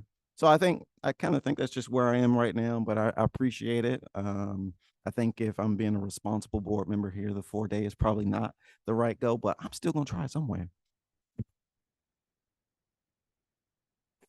I don't want to belabor the point, but agree with Miss Dooley. I think there's opportunity to look at our current calendars. If the board could be, I know they were available in the survey, but if the board could be provided with those sooner rather than later to kind of look at those and see what those opportunities might be for mental health days and naming it that, so that we're recognizing what we hear from our staff and days for designated safety training, safety work. I don't know what that is, but designating it that we are accountable on these days for these things. And this is how it's going to get done by everyone. All is all. And then while I don't think a 4-day week works yet, I will say that in my professional career, a 4-day week is what we have. Long gone are the days of 40-hour work weeks, at least where I work with 120 staff. Your contract is 32 to 36 hours, and that's a little bit different, but recognizing that people were taking a lot of PTO to go to doctor's appointments, bring children to places, do that extra work, we were losing money and time and resources as an organization mandating 40 hours and said, you know what, 40 hours it just isn't real anymore.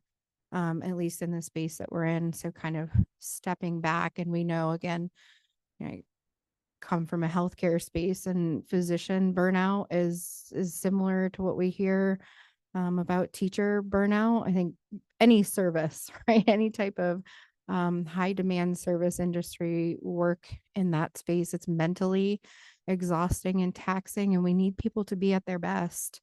And so I know, again, may not work in this space as a whole, but to Ms. Dooley's point, giving meaningful time and space and engagement for that. And happy to see Albemarle come on board with calendar similarities. And then if we were to go to a mental health day model, or prioritizing those things, just being mindful of our families that may need support during that time. And so I know the YMCA recently, I think due in part to some of our feedback and Mr. Meyer's feedback, that we need some support on professional learning days to families, that we would engage them in this opportunity as well, to help support our families who might need that additional support on those types of days. So thank you.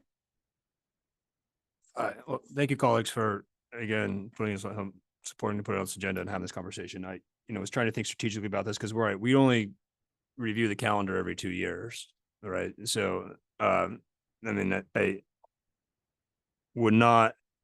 would hope we're able, and I would support Ms. Dooley's kind of observation of, I don't think a wholesale change is right, again, especially at this time and when we're in the calendar planning process, but, are there things on the margins that we might do? I ran on this in part of my political position, and was looking at it from an achievement gap perspective of how do we help our students who have struggled the most catch up, and thinking about COVID. And this is why I would not necessarily support a 4-day one is, what we saw, I think, is students need to be in classrooms. So an extended day, unfortunately, the amount of days they're actually in the classrooms, I think is very important. And that's, if my understanding the data, again, if Dr. Odie, Dr. Gurley, if you understand to be differently, but so anything that I think we're doing with the calendar should ensure that the students are at least in the schools, in the classrooms, the same amount of days that we're now, and or more, if anything. I thinking about from a labor perspective too, having run an organization, I actually shifted an organization from a 5-day, 40-hour a week to we took every other Friday off. And what it did have to do was it did result in reduced absenceeism, and we worked an extra hour basically each day. So thinking about that, though, and again, not necessarily in favor of a 4-day, but again, right, how do we have that extra Friday, let's say before spring break, or a Friday every other month off that is professional development day, when we know that people will be going into like a 3-day weekend, so it's a 4-day weekend instead of a 3-day weekend or something like that, that will give them that. Because in my understanding of this too is, to actually like clear your brain and get out of that burnout cycle, it's not just a 3-day weekend. You need actually like a week to actually decompress and again, maybe go somewhere and not have to think about anything. So this is what I would suggest. And I don't know, folks, one is I'd like to see us add a fall break, basically. So this would be, we just had I think a quarter ends last week, right? So they would have next week off. And then we'd heard, and again, the teacher kitchen cabinet I have, which I meet with every week and brew beer with, but they've really want a week basically off additionally. So to me, that means pushing, the school season one more week into basically. Can I just have clarity on that? It would be an additional week off in addition to the 7 less days of their contract that they're not working. No, it would not be. So you would just, we would take one of the weeks off during the summer. So I don't know, is it 11 weeks off we're having right now in the summer, Okay. and take one of those weeks and put it One less summer week, move it to a Right. fall So break. instead of having 11-week summer break, we'd have a 10-week summer break. Not 11 plus. Okay. Right. Now, yeah. The other thing I want to look at, I remember when I sat on the calendar committee with you, Dr. Odie, a couple of years ago, was having the full Thanksgiving break off. Because I do think those couple days are, when you have a lot of absenteeism. And again, let's give everybody a break to a certain extent. I remember the conversations we had in the calendar committee of being very interesting. And again, that way you get another whole week off. So those are kind of the suggestions I would have this time, easing towards. Exactly. Because we have a lot, from a student perspective, you have a lot of absenteeism there. May I Sorry, just pitch in just on that point really quick? As someone staffed in another division in this area, I can tell you that Tuesdays are a wash. Tuesdays don't matter at all. Like, there's some type of Thanksgiving party, there are kids, getting ready. So like Tuesday itself as an actual instructional day doesn't take place in my particular school building. I don't know how that affects our schools. I'm sure that's on an individual basis, depending on what teachers are planning, what principals are planning, but there's so much excitement. And honestly, I can tell you from another school that when it came to Valentine's Day and you have these candygrams and singing and stuff, that whole instructional day is gone too. But that's a different point. But but I do agree that Thanksgiving break, that fall break, it should be a week. So again, it's like, all right, can we give our staff to a certain extent, while not taking away total amount of school days, more longer breaks, again, to help them reduce on that burnout. And finally, I do think our aftercare partners like the YMCA, like the Parks and Rec division of the schools, will step up and provide those camps and everything else, as long as they have notice that's going to happen.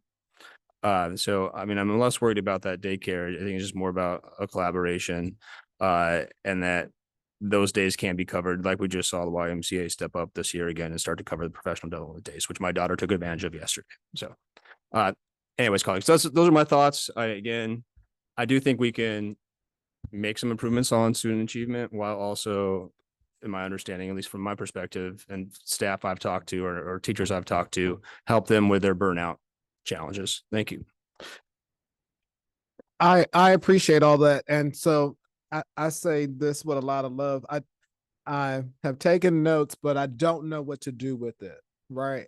And I say that because and I think we have this conversation often as we meet with groups of teachers, that we are constrained by the Code of Virginia and the DOE's expectations.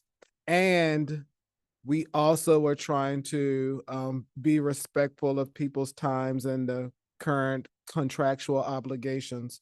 So I think you heard earlier, the contractual obligations are 200 days. And I think we've done a really good job of saying, we've been around 193, just acknowledging that, teachers put in a lot of work. They put in a lot of work. And so as we've tried to build things in, we recognize, and we're trying to build things in for our staff members, because we know that the work that they're putting in, but the unintended consequences are those state mandates that are like, which we have to get to the finish line without putting this time on the back end. And so just for an example, removing the 2 days at Thanksgiving and then adding a weekend for a fall break, you're talking about 7 days. Plus, what I'm also hearing is mental wellness days, which could equate to another, just say 3. We're at 10 days already that we have to give back to our students somewhere, which on the back end, that makes the summer very long. It shortens the summer. Which we heard about that when we transitioned to the earlier start. So I think all of the things that you all have recognized and you're pointing out that we should be doing, that we want to do for students, we all want the same things.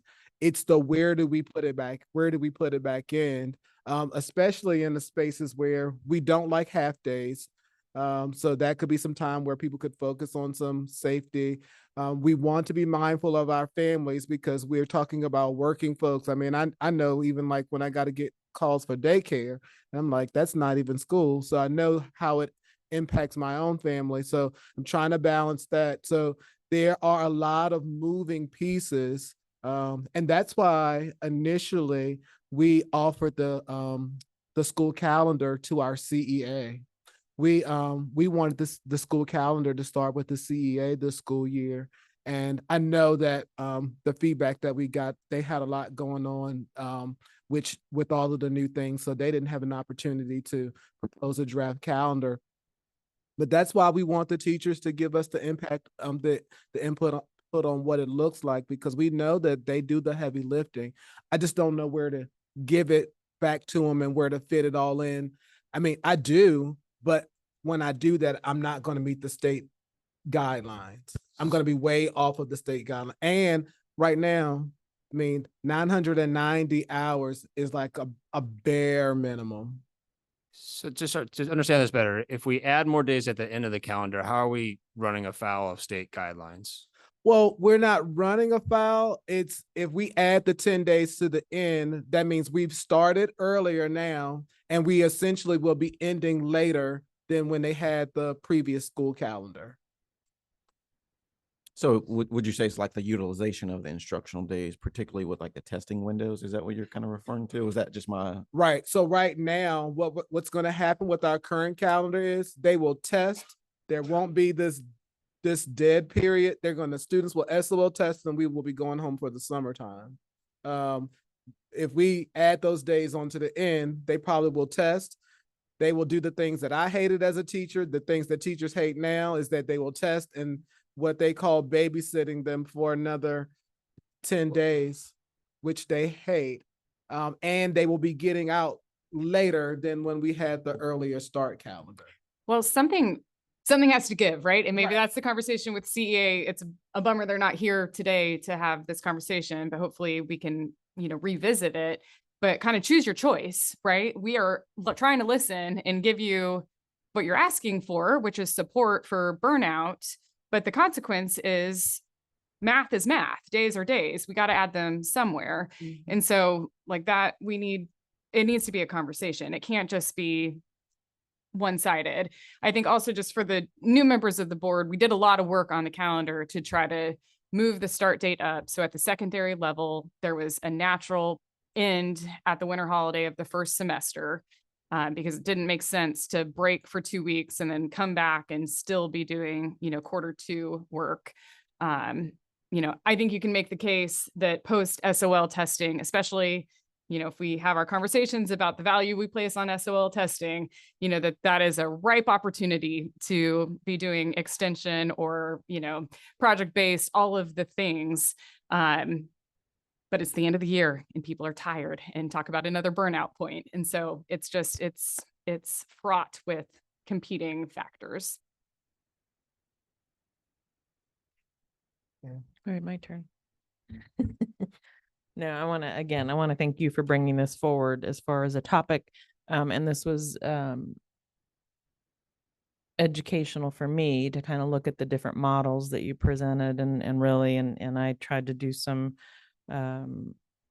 searching beyond what you had provided in the PowerPoint and everything I read. Really, when you're looking at student outcomes, none of these models really definitively showed, or there didn't seem to be enough data that I ran into to support one or the other.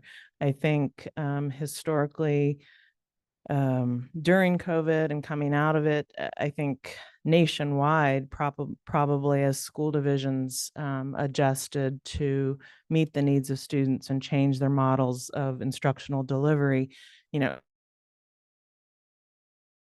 the door and an opportunity to look at, like, is there something different or better that we could be doing for our students? And I know that there was a little bit of time where we got excited about it and we tried to talk about it, but man, I think everybody was just hanging on, right? And just wanted to do what we needed to do. And you know, not that it was easier, but it just made sense to kind of roll back into our more traditional model. I mean, we just didn't have the time built in or funding or whatever it was going to take to be able to really change it. But I think that's kind of where I've hung on to this idea of, is there a better model? I don't have the answers. I don't know what it would take to look at that, but I think bottom line, and it was interesting to me in looking at the pros and cons, because I do value retention of our staff and staff satisfaction. And yeah, man, if I could transition to a four work weekday, I would love it in my job. And I dream about it. But, you know, again, looking at, again, student outcome achievement and how do we best support and make that difference. And I've been pleased to see, you know, nationwide that students are showing gains. But again, how do we in Charlottesville City Schools, or is there a way, or is there something different? And I think we're always looking at that, and trust that Dr. Gurley and his team are looking at how we can better support student groups who might need more, and or this board looking at, is there another program that we can offer or enrichment opportunity for students to improve that. You know, but it was interesting to see cost savings, all of those different things, energy consumption, you know, what it costs. I mean, to really look at it holistically again, as far as the pros and cons. As far as our calendars, I mean, I would be intrigued. I mean, like I don't know, mental health wellness day or a U day, you know, like building in a couple of just U days for staff, you know, and not really even having an expectation that they're doing anything. But so it's not impacting families too much. It's not really taking away too much time, and or looking at, and again, asking CEA to reach out to all staff to really get a sense of what would just having that full week at Thanksgiving off. I mean, you started to comment on that, and I would be curious because I don't recall what the feedback was from staff when that was brought up before. But those are kind of my thoughts about that. And then I have, hold on, one more calendar thought. I know that there's a committee. I know that every single year I've been on this board, there's been a, whoops, we've missed something, and we do our best to try and catch it and correct for it. I don't know if Mr. Jones is part of that committee, or, you know, what the issues or what kind of feedback VHSL has, but I think there was some conflict around some of the Jewish holidays this week with some games being scheduled, and that may be out of our control. But I do want to just bring that forward.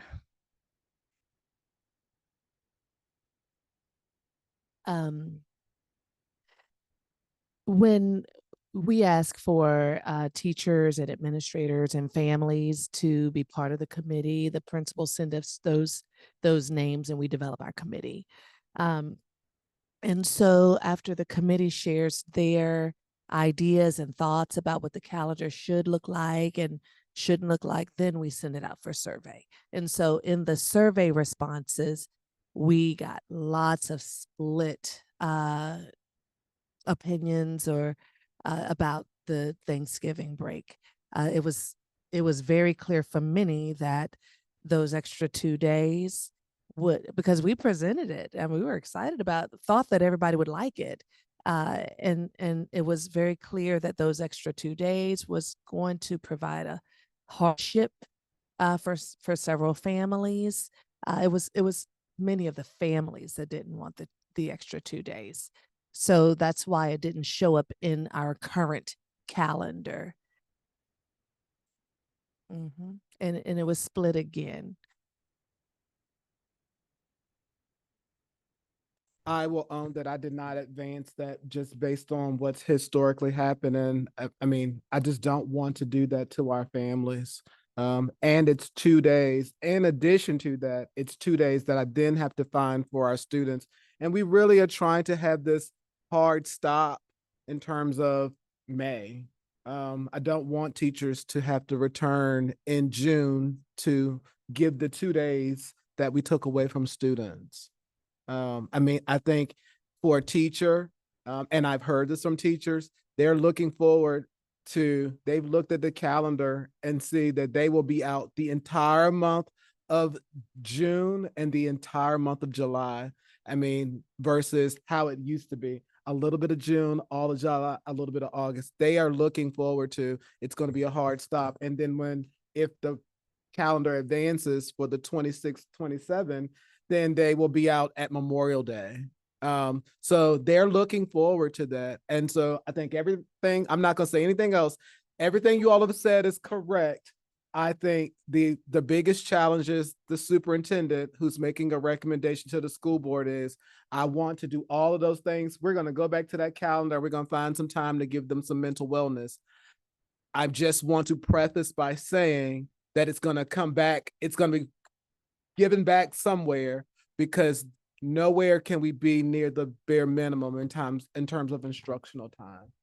And so when I say, and I know someone will say, well, we've exceeded 990, but that's only like 176, 178 school days.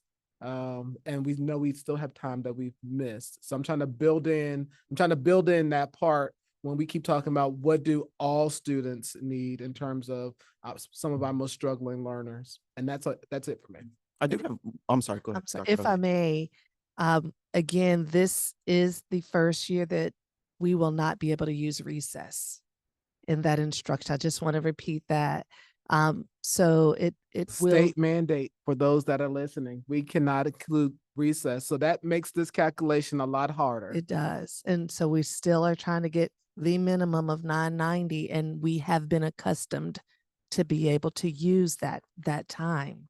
So that's what makes it challenging. And I think Dr. Gurley shared the calculation, 5.5 hours times 180 days is the 990. So we're going to do our very best, because we also believe that there needs to be an opportunity for these mental wellness days. And I just wanted to address, Andy Jones has not been on the calendar committee, but thank you for mentioning that. We can certainly make sure that he's on it from moving forward. We worked really hard to ensure that we didn't have like PL days on religious holidays for the 25, 26, 26, 27 school year, but did not consider athletics.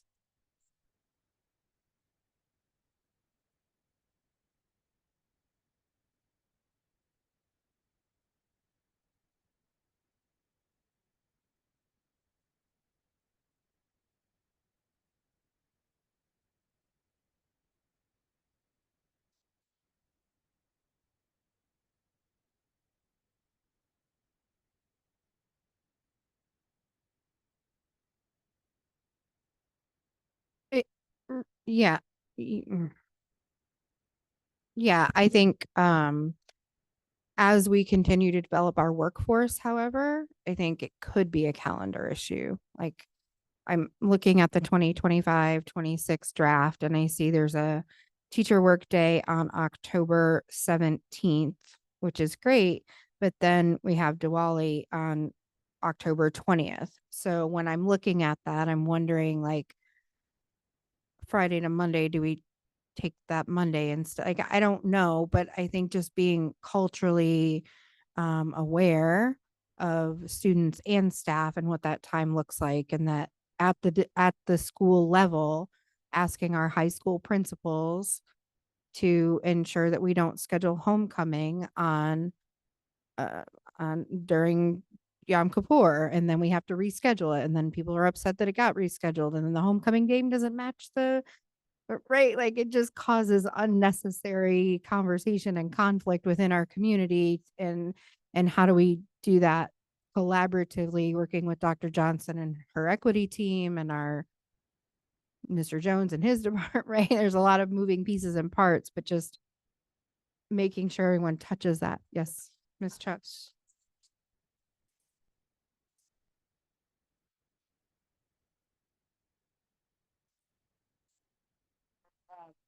Obviously in respect for the Jewish students. So I think the conversation I've heard in the high school is actually just, is it possible to reach out to Virginia High School League to take a broader view of scheduling high school games just with the same respect our schools want to extend to different populations so that schools like Western, like us, don't have these issues with homecoming. It's just we all are in agreement that that's not a day we're going to have a game. Thank And you. there has been usually a VHSL presentation at the school board association conference. So if any of us are attending that, we can reach out to them or make comment about that. So do we have a policy on how we treat religion? I mean, isn't there should be neutral and we don't have a policy on it because there's 100 different religions and how do we prioritize one day over another, etc.? Well, I mean, that's my pushback with love. That's my pushback to all of this. It's so hard to schedule because there are all of these. I mean, look what we did for our own school board meeting. We adopted a school board calendar and then we had to change the school board calendar because it was during, there was a religious holiday. And so these things kind of always happen. I mean, and depending on which calendar you're looking at, sometimes you see all of the religious holidays, sometimes you don't. Sometimes you see the, the more commercial ones. So, I mean, I think it's just a fluid process that we just, I mean, I know on our end, I'm just like, can someone show just a little bit of grace so that we can say, hey, we had the best of intentions, but we didn't realize that this fell on. And I think my learning curve, especially like as we were looking at the school board, like the rules in terms of the sun up to sundown. And while you can technically have a meeting, you probably don't want to. You probably can have a homecoming dance, but you don't want to, or those types of things. And so it is trying to be considerate of every single student, and we are an inclusive environment. So it gets more and more challenging every year, but I think that is a VHSL thing that we definitely need to take up with them. I had one quick question concerning the calendar. I know traditionally in this area, I guess specifically Charlottesville and Albemarle, we've started school on Wednesdays. Is there a reason why to that? Well, I would say this: if school started on a Monday, it may impact being able to give how we give time off. But it sounds like the thermostat is Wednesday to just give everyone a soft launch in. But I will tell you that if school started on Monday, it does give a little bit of variability about how you can at least give 1 or 2 more days off. And that was the reason why I asked that question. Yeah. But our parents, our families, and I've heard teachers, but I know our families, our teachers have loved the Wednesday start as the slow introduction. And I know in my previous school division, we did a little lead in with kindergarten, 5th, and 9th graders came a day earlier. So it's just, Mr. Meyer, I'm trying to meet at least 80% of the people where I can make them happy, knowing that not everyone will be pleased with the decisions that we make at the dais. I have one last comment. I didn't realize that noon snuck up on us so quickly. I thought we were on a good pace. Well, we were trending okay at first. The last comment I want to make is that Louisa County, they did like an asynchronous day. And that, at least from my CT, career technical education perspective, I thought that was one of a great innovative way to try to address the CCCRI and try to make sure that we have some work-based learning experiences. That might not be a whole division thing, but I think it might just be worth kicking around for high school or middle school, something like that.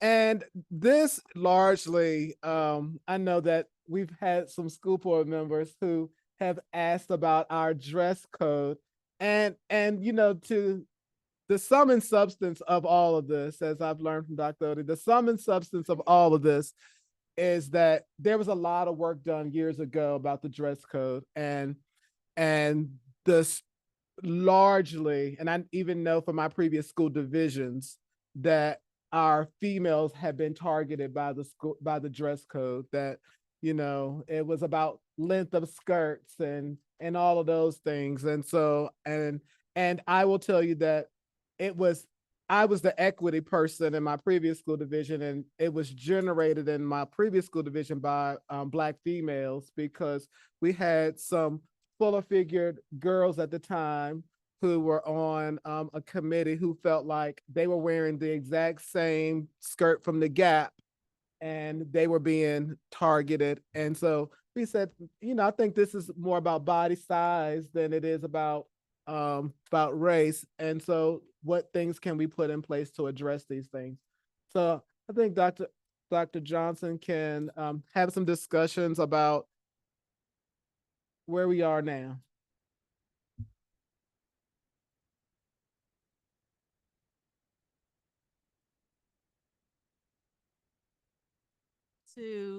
I want to elevate the conversation that you all want to have. And so that can be part one, can be in the next 5 to 7 minutes, and then we can continue it as needed. There was an interactive portion that I had that I think may be important and helpful eventually. And so I've already broken you down into groups. You have 3 here, you 3. Then it was Madam Chair and Ms. Cooper, and then you all to have the same documents. And so there was going to be a work component that we can continue, or you can do on your own in groups, and continue the conversations. So on the other side, we can decide if there are more, if there's more work or something like that that we need to do. This is a perfect conversation because all of our work, all of our equity work is continuous. We want to make sure that we're speaking to the current times. We want to make sure that our documentation is following what's actually happening.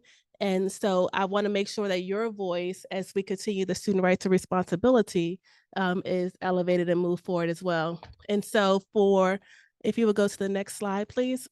I wanted you to know 3 things from my presentation: the history, our guiding principle, and the opportunity to compare what we have as far as our code and our policy to that of other schools, okay? And so that's my hope for this ongoing discussion. And so we do have a history of our dress code work for about 10 years. 10 years ago, we became intentional about making sure that we paid close attention to our dress code and that it was speaking in an inclusive way to all students. And so in 2015, we began to work with the UVA Baton School. And this came from a student-led conversation where they felt that they had some concerns around particularly gender equity, gender equality in the dress code and the way that it was worded. And so that started in 2015. And then 2018, the board passed a proclamation that bans hate and violence symbols on clothing as part of the dress code as well. And then the larger discussion in 2020, there was a Dress Code Equity Act that was signed into place in 2020 at Virginia HB 837, and that elevates on a broader scale the expectations around a dress code. And one of the things that is also highlighted in this is bullet number 2, maintaining gender neutrality and having the same set of codes according to gender. And so that is our history and how we got to where we are. And now let's take a look at our guiding principles. One of the things that you have on your desk, I gave you a printout of the policy that kind of directs where the code and how our practices can be found. And this is the policy is the board's role in it. And you can see in the top where it says, the school board and superintendent will review the model school code of conduct. And our goal is to have a range of discipline options and alternatives to preserve a safe and non-disruptive environment for effective learning and teaching. And so we look at that as one of our guiding principles of how we make all of our rules around what we expect our students to be doing. And so I wanted to highlight that for you all, because as we look at the policy, we're also going to take a look at the conduct of the code of conduct, which we call the student rights and responsibilities now, and kind of lean into that. And so if you look into our code of conduct, which is a part of your packet, you'll see a couple of paragraphs, and this is the work you may want to do on your own or with your micro groups that I just broke into at a different time. Look at those guiding principles of what do we want our code? What is the purpose of our dress code? What are we trying to get as a result of that? My favorite question from Ms. Dooley now and forevermore is, what problem are we trying to solve? What are we trying to highlight? And so that's what I want you to kind of reflect on as we're doing this work and continue to have these conversations. If you would look at the code for us, you will see, and I'm just getting to mine, that there are a couple of places where our guiding principles are highlighted. And on page 19 at the bottom, it starts the dress code portion. And so if you would read those top 2 paragraphs, and then in closing at the back of the dress code, the end of the policy, it also has a few guiding principles. And so as you're thinking about this, you want to make sure that one, do we have the right guiding principles? Is it something that you feel like when you walk into our buildings or when you look at these policies that might be missing? Are we saying what you want the expectation of our students to be? A good guiding principle for me is if it starts with, I want to change this so our girls will, or this needs to be different because this group is doing this and I don't like it, or they need to be wearing something different. That's a good indicator that that's not the right guiding principle, right? Also, are our concerns subjective or objective? Is it based on your own personal opinion? A lot of times culturally, we grow up in areas of what femininity and modesty may look like. And a lot of our dress codes are based on what girls or women should be doing. And so make sure that you are kind of identifying your own biases and where they may be present when you're walking into the building. Do you look at the guys? If a guy has on shorter shorts, would you look at that as the same way as a girl wearing a short skirt? And does that have elicit the same response for you? And so that's where that gender comes into play. And also it's found that gender is a focus, but also if you go deeper, race becomes a focus, as Dr. Gurley said. Black girls are sometimes targeted more. And then also body shape. And so it's gender, race, and how your body type are often targeted a little bit more according to how you present. And so are our codes reflective of across all levels? Is it what we want all of our students to present based on any factor and just how we want them to come into our environments? And so as you reflect on our guiding principles, lastly, I also want you to reflect on what other divisions are doing with their dress codes. And so in your packet, in your micro team, you all have the same codes. I thought maybe at some point you could compare that and have a conversation with your partner and look at their language. Do you like how they worded something? Or do you think we should be wording something differently? One of my favorite codes as I was looking through was Fairfax. I think they say we want you to have on a shirt, a pair of pants, just very basic, a top or bottom, shoes. Do we want something that's simplistic? Or do we want a little more detail? Do we have the right words? And so as we continue to evolve our rights and responsibilities, your feedback will be important in developing that. And we could take back your thoughts to the team. And so my hope was for today and in the future is that we compare and then we ask ourselves these questions, and you can go back to the presentation as you reflect on it. What are your concerns? What are your concerns now or when you walk into our buildings?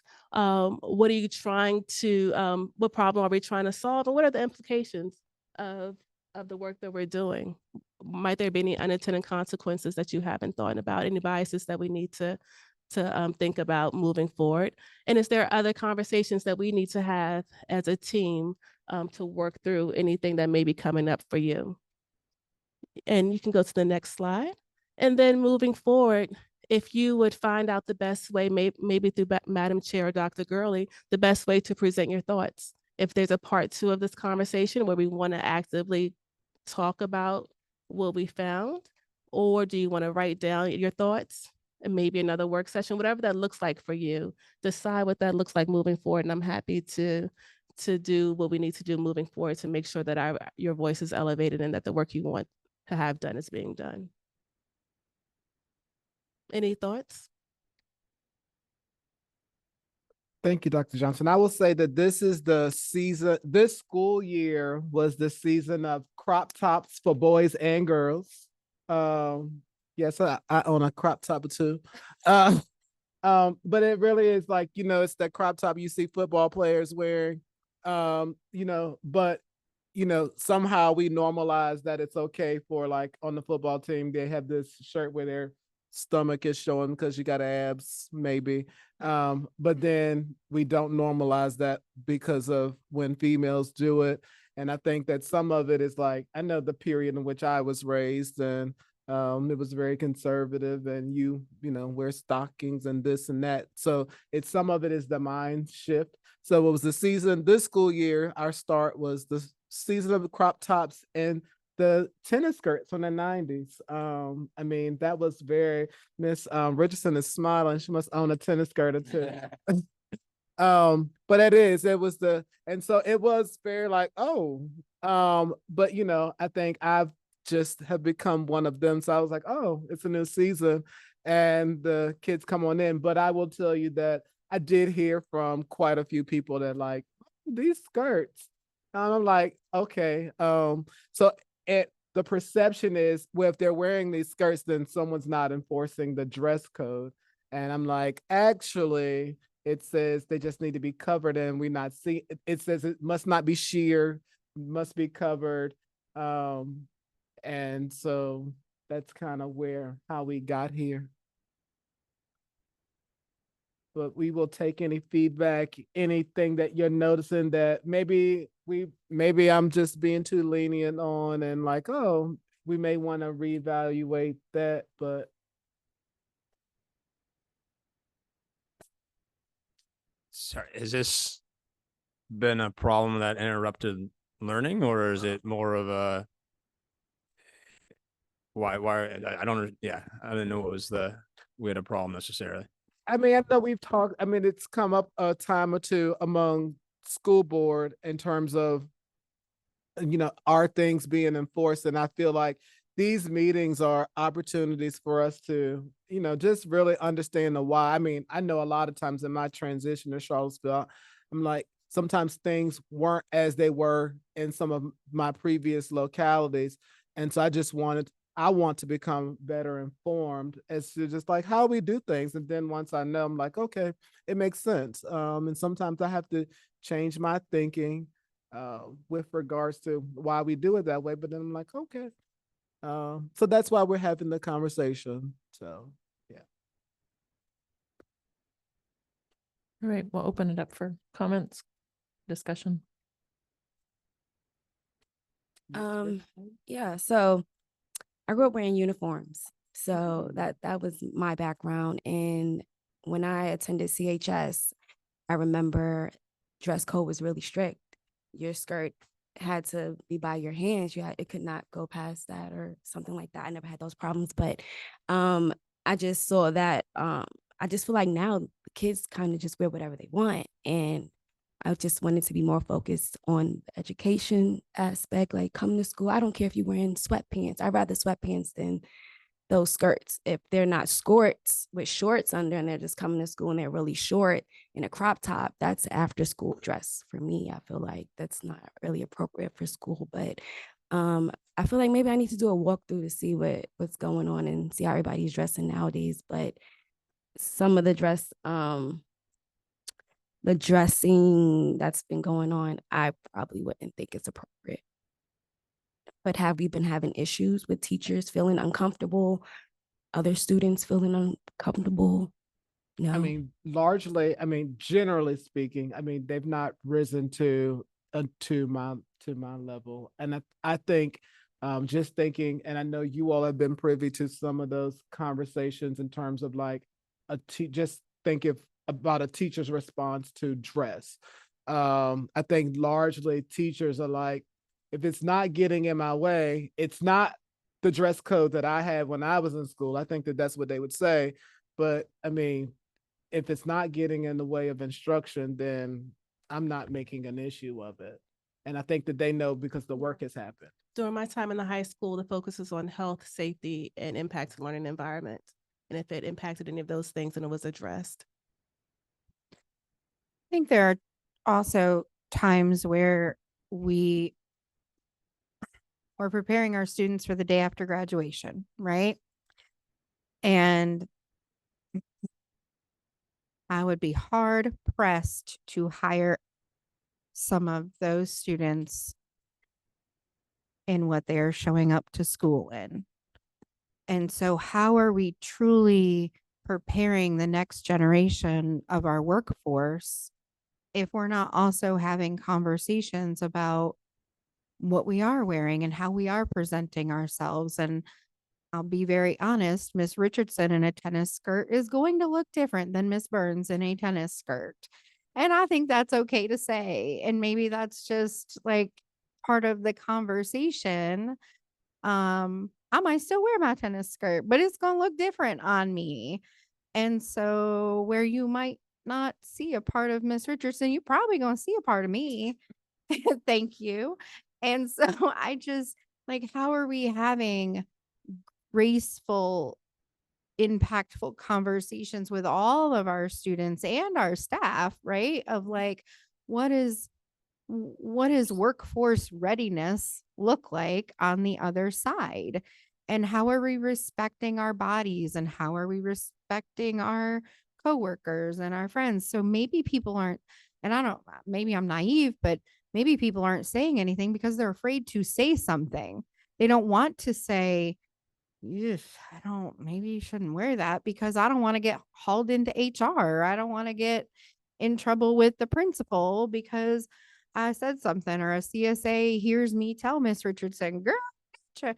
And next thing it's more of an uncomfortable situation. So how do we, I think, foster and facilitate conversations that are meaningful and impactful in the next space, with also being mindful of like That's a what that four-part- looks like. You have like 4 parts here. I But I think what we're saying is that I think a lot of what you're pointing out is the work that was done. And so it's like, if I see myself and I feel like I look good, then I think that's what's kind of the foundation of this.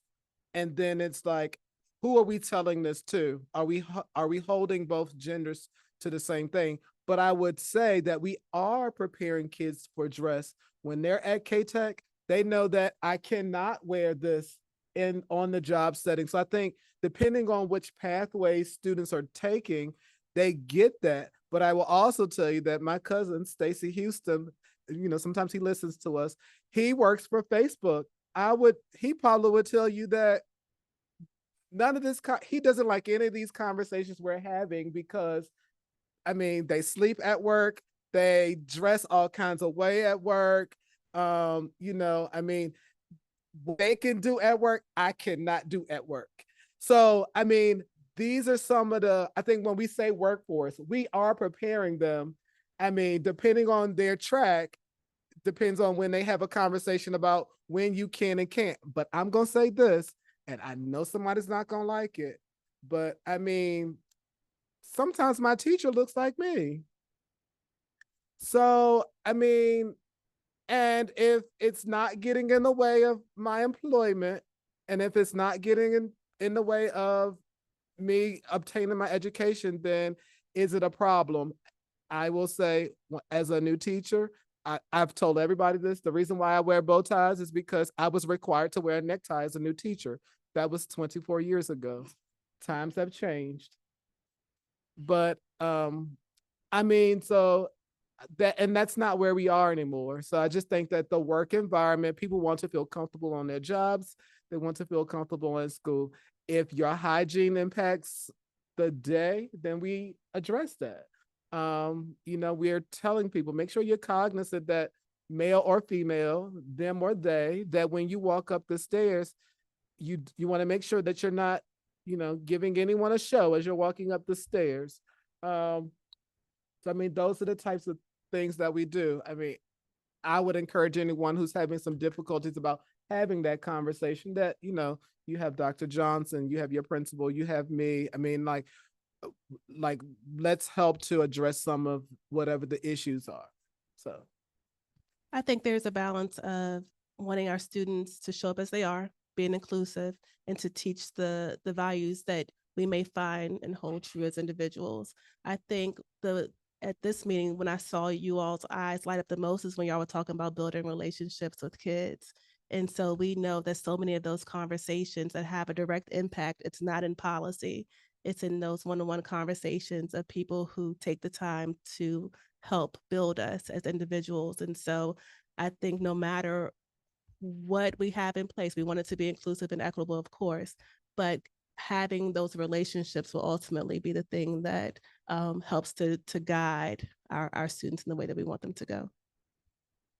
I think too, when we like talk about like the dress code and stuff like that, for like, we have received emails in the past from parents where they have had concerns. Well, like they said, oh, you have to bring your child a shirt or whatever. But the same thing that I saw in the email was the same thing that I went into the school to see. So are we picking and choosing is my thing. It's like, you know, do everybody understands this and understand that we want our kids to show up as at their best self? Or some people it's like, you know, oh, well, you need to go put on a shirt.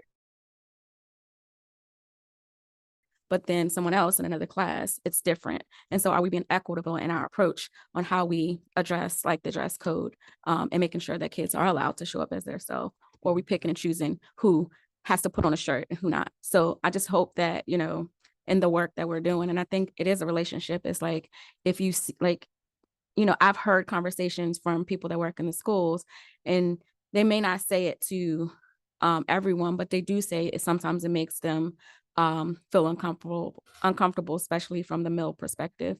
And so they may feel comfortable sharing that with me because I'm that safe space, but they're not going to share it with someone else.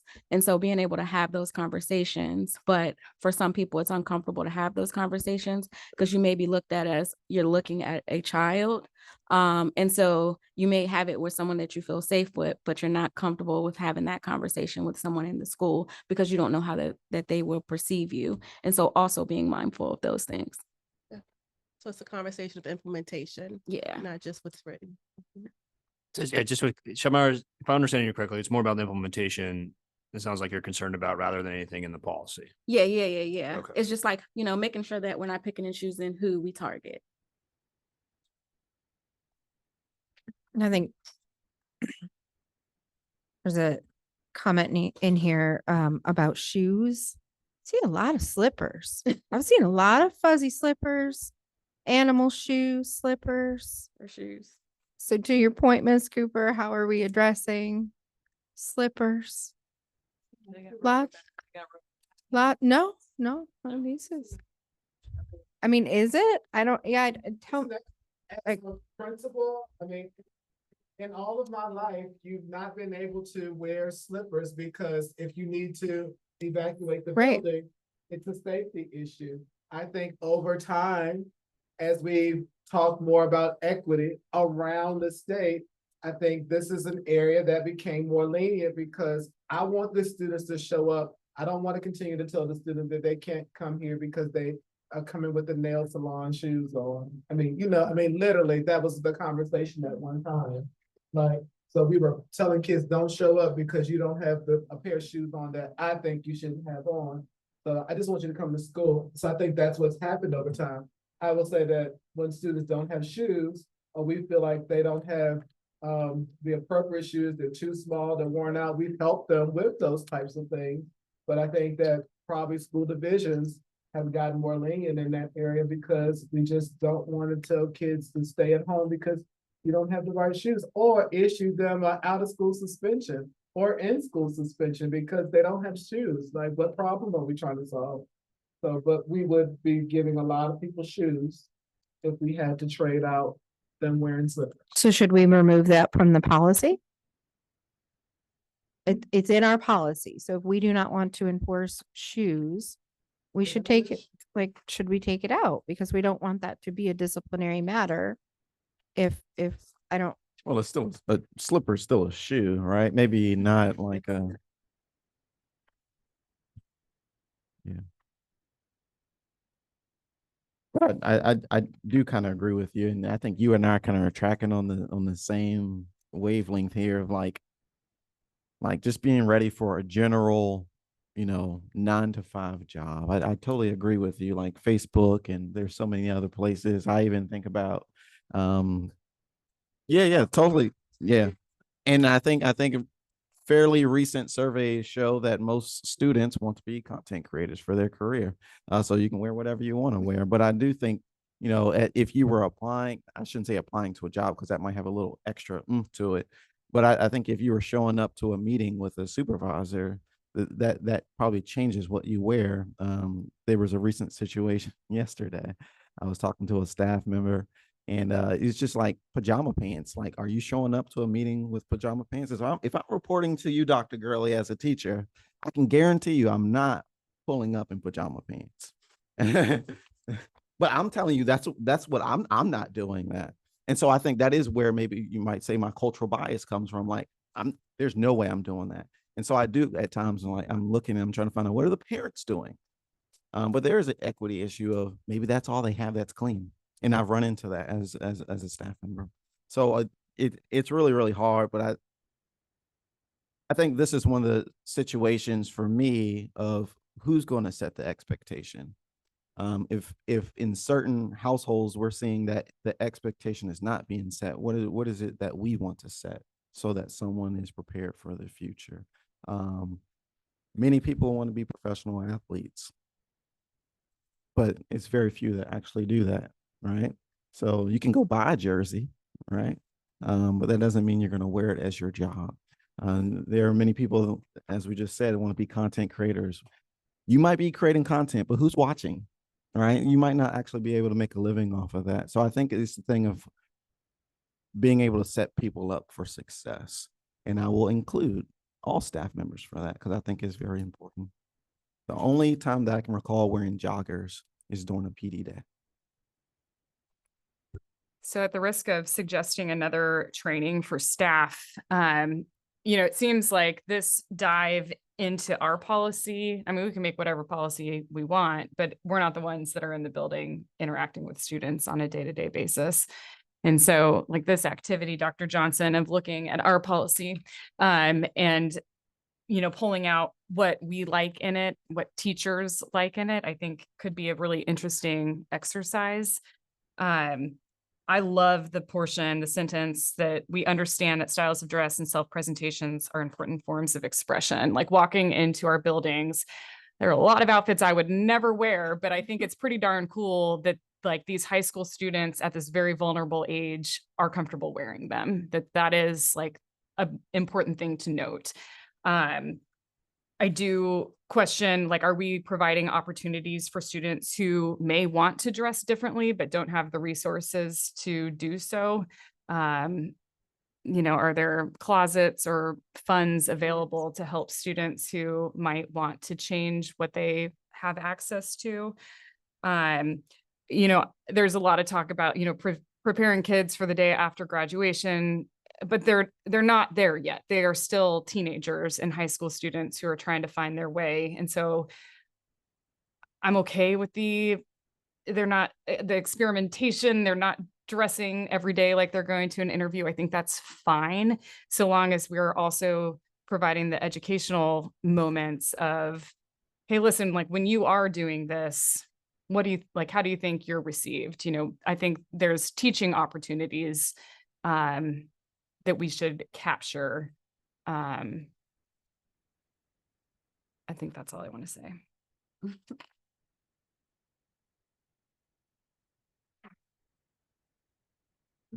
I think when we talk about equity, not having shoes, maybe not having access to clean clothes, I think maybe that's a different conversation, Ms. Dooley. I think to your point as well, that how does the community know that our kids need shoes? We have a very generous community. Brooks Running has poured into this community in our back to school events, most recently giving 350 pairs of shoes away in the community. And so I just wonder if we leverage some of those other relationships. I've seen in other localities, they have washers and dryers for families to use. And I believe Lugo McGinnis has laundry facilities that families can use. I don't know if that's on a spec sheet anywhere for our new middle school, but just like Mr. Myers, I need laundry facility. Right. But I mean, right. Like, how do we provide some sort of services in our potential pre-K space that on Saturdays, the laundromat is open. Come meet a tutor, bring your laundry, do your work, and whatever that looks like. It's open to everyone. More work for more people, I understand, but it's the layers of the work that we're doing and that we're asking others to do. So just being mindful, not being afraid to address one thing because of two other things. So thank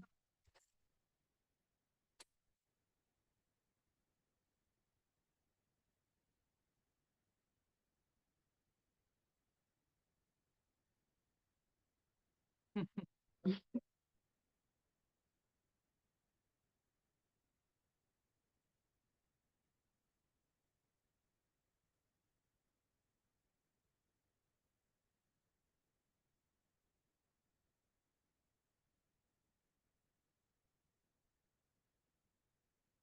Yeah, I think so. I don't know if there's, I guess if we review this, I don't know if we can create like a Google sheet and if people want to, or you can send comments to myself or Mr. Morse and we can filter them to Dr. Johnson.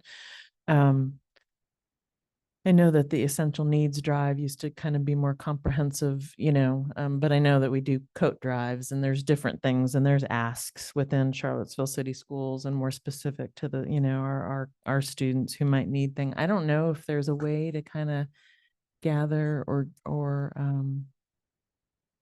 like if students did need shoes, like if there's an anonymous, if they can, just something like that we could set up where like, hey, I'm in need of this where they don't feel like it's public. But I think, I don't know, I feel like we've done a great job in providing the extras, and a lot of that goes to the J&J team. So we appreciate you both. Anyway, and thank you for this. Are there any other questions, comments, concerns about this? I think you're getting ready for your next coat drive. Just like make a little plug. So yeah, that is coming up. And so I hope community. So I think we made it. And what time is it? A little bit over. Any comments from members of the community? Thank you, Dr. Johnson. Appreciate you. I don't know if there's anybody online. And then anything else from board members? And I think we're good, right? Next. Oh, sorry. Chair, just wanted, I think I put it in an email, but in theory, Chair Torres and I will be meeting with some city councilors about the CIP budget in anticipation, I think, of our December meeting. So if you have things like the flashing crosswalk lights at CHS, please do let us know so we can review it with Dr. Gurley and his staff and make sure we talk about it. Thanks. Is that scheduled yet? Do we know? It's in the works. It's usually October, November, but I know Ms. Thacker has reached out to city staff and communicating. Okay. When Thank you. that will be. All right. Well, I want to appreciate everybody. I think this was a great work session. Appreciate all the conversation. Our next meeting is November 7th. That's our regularly scheduled school board meeting, 5:00 at Charlottesville High School in the Media Center. And if there's nothing else, we'll call the meeting adjourned. Thank you.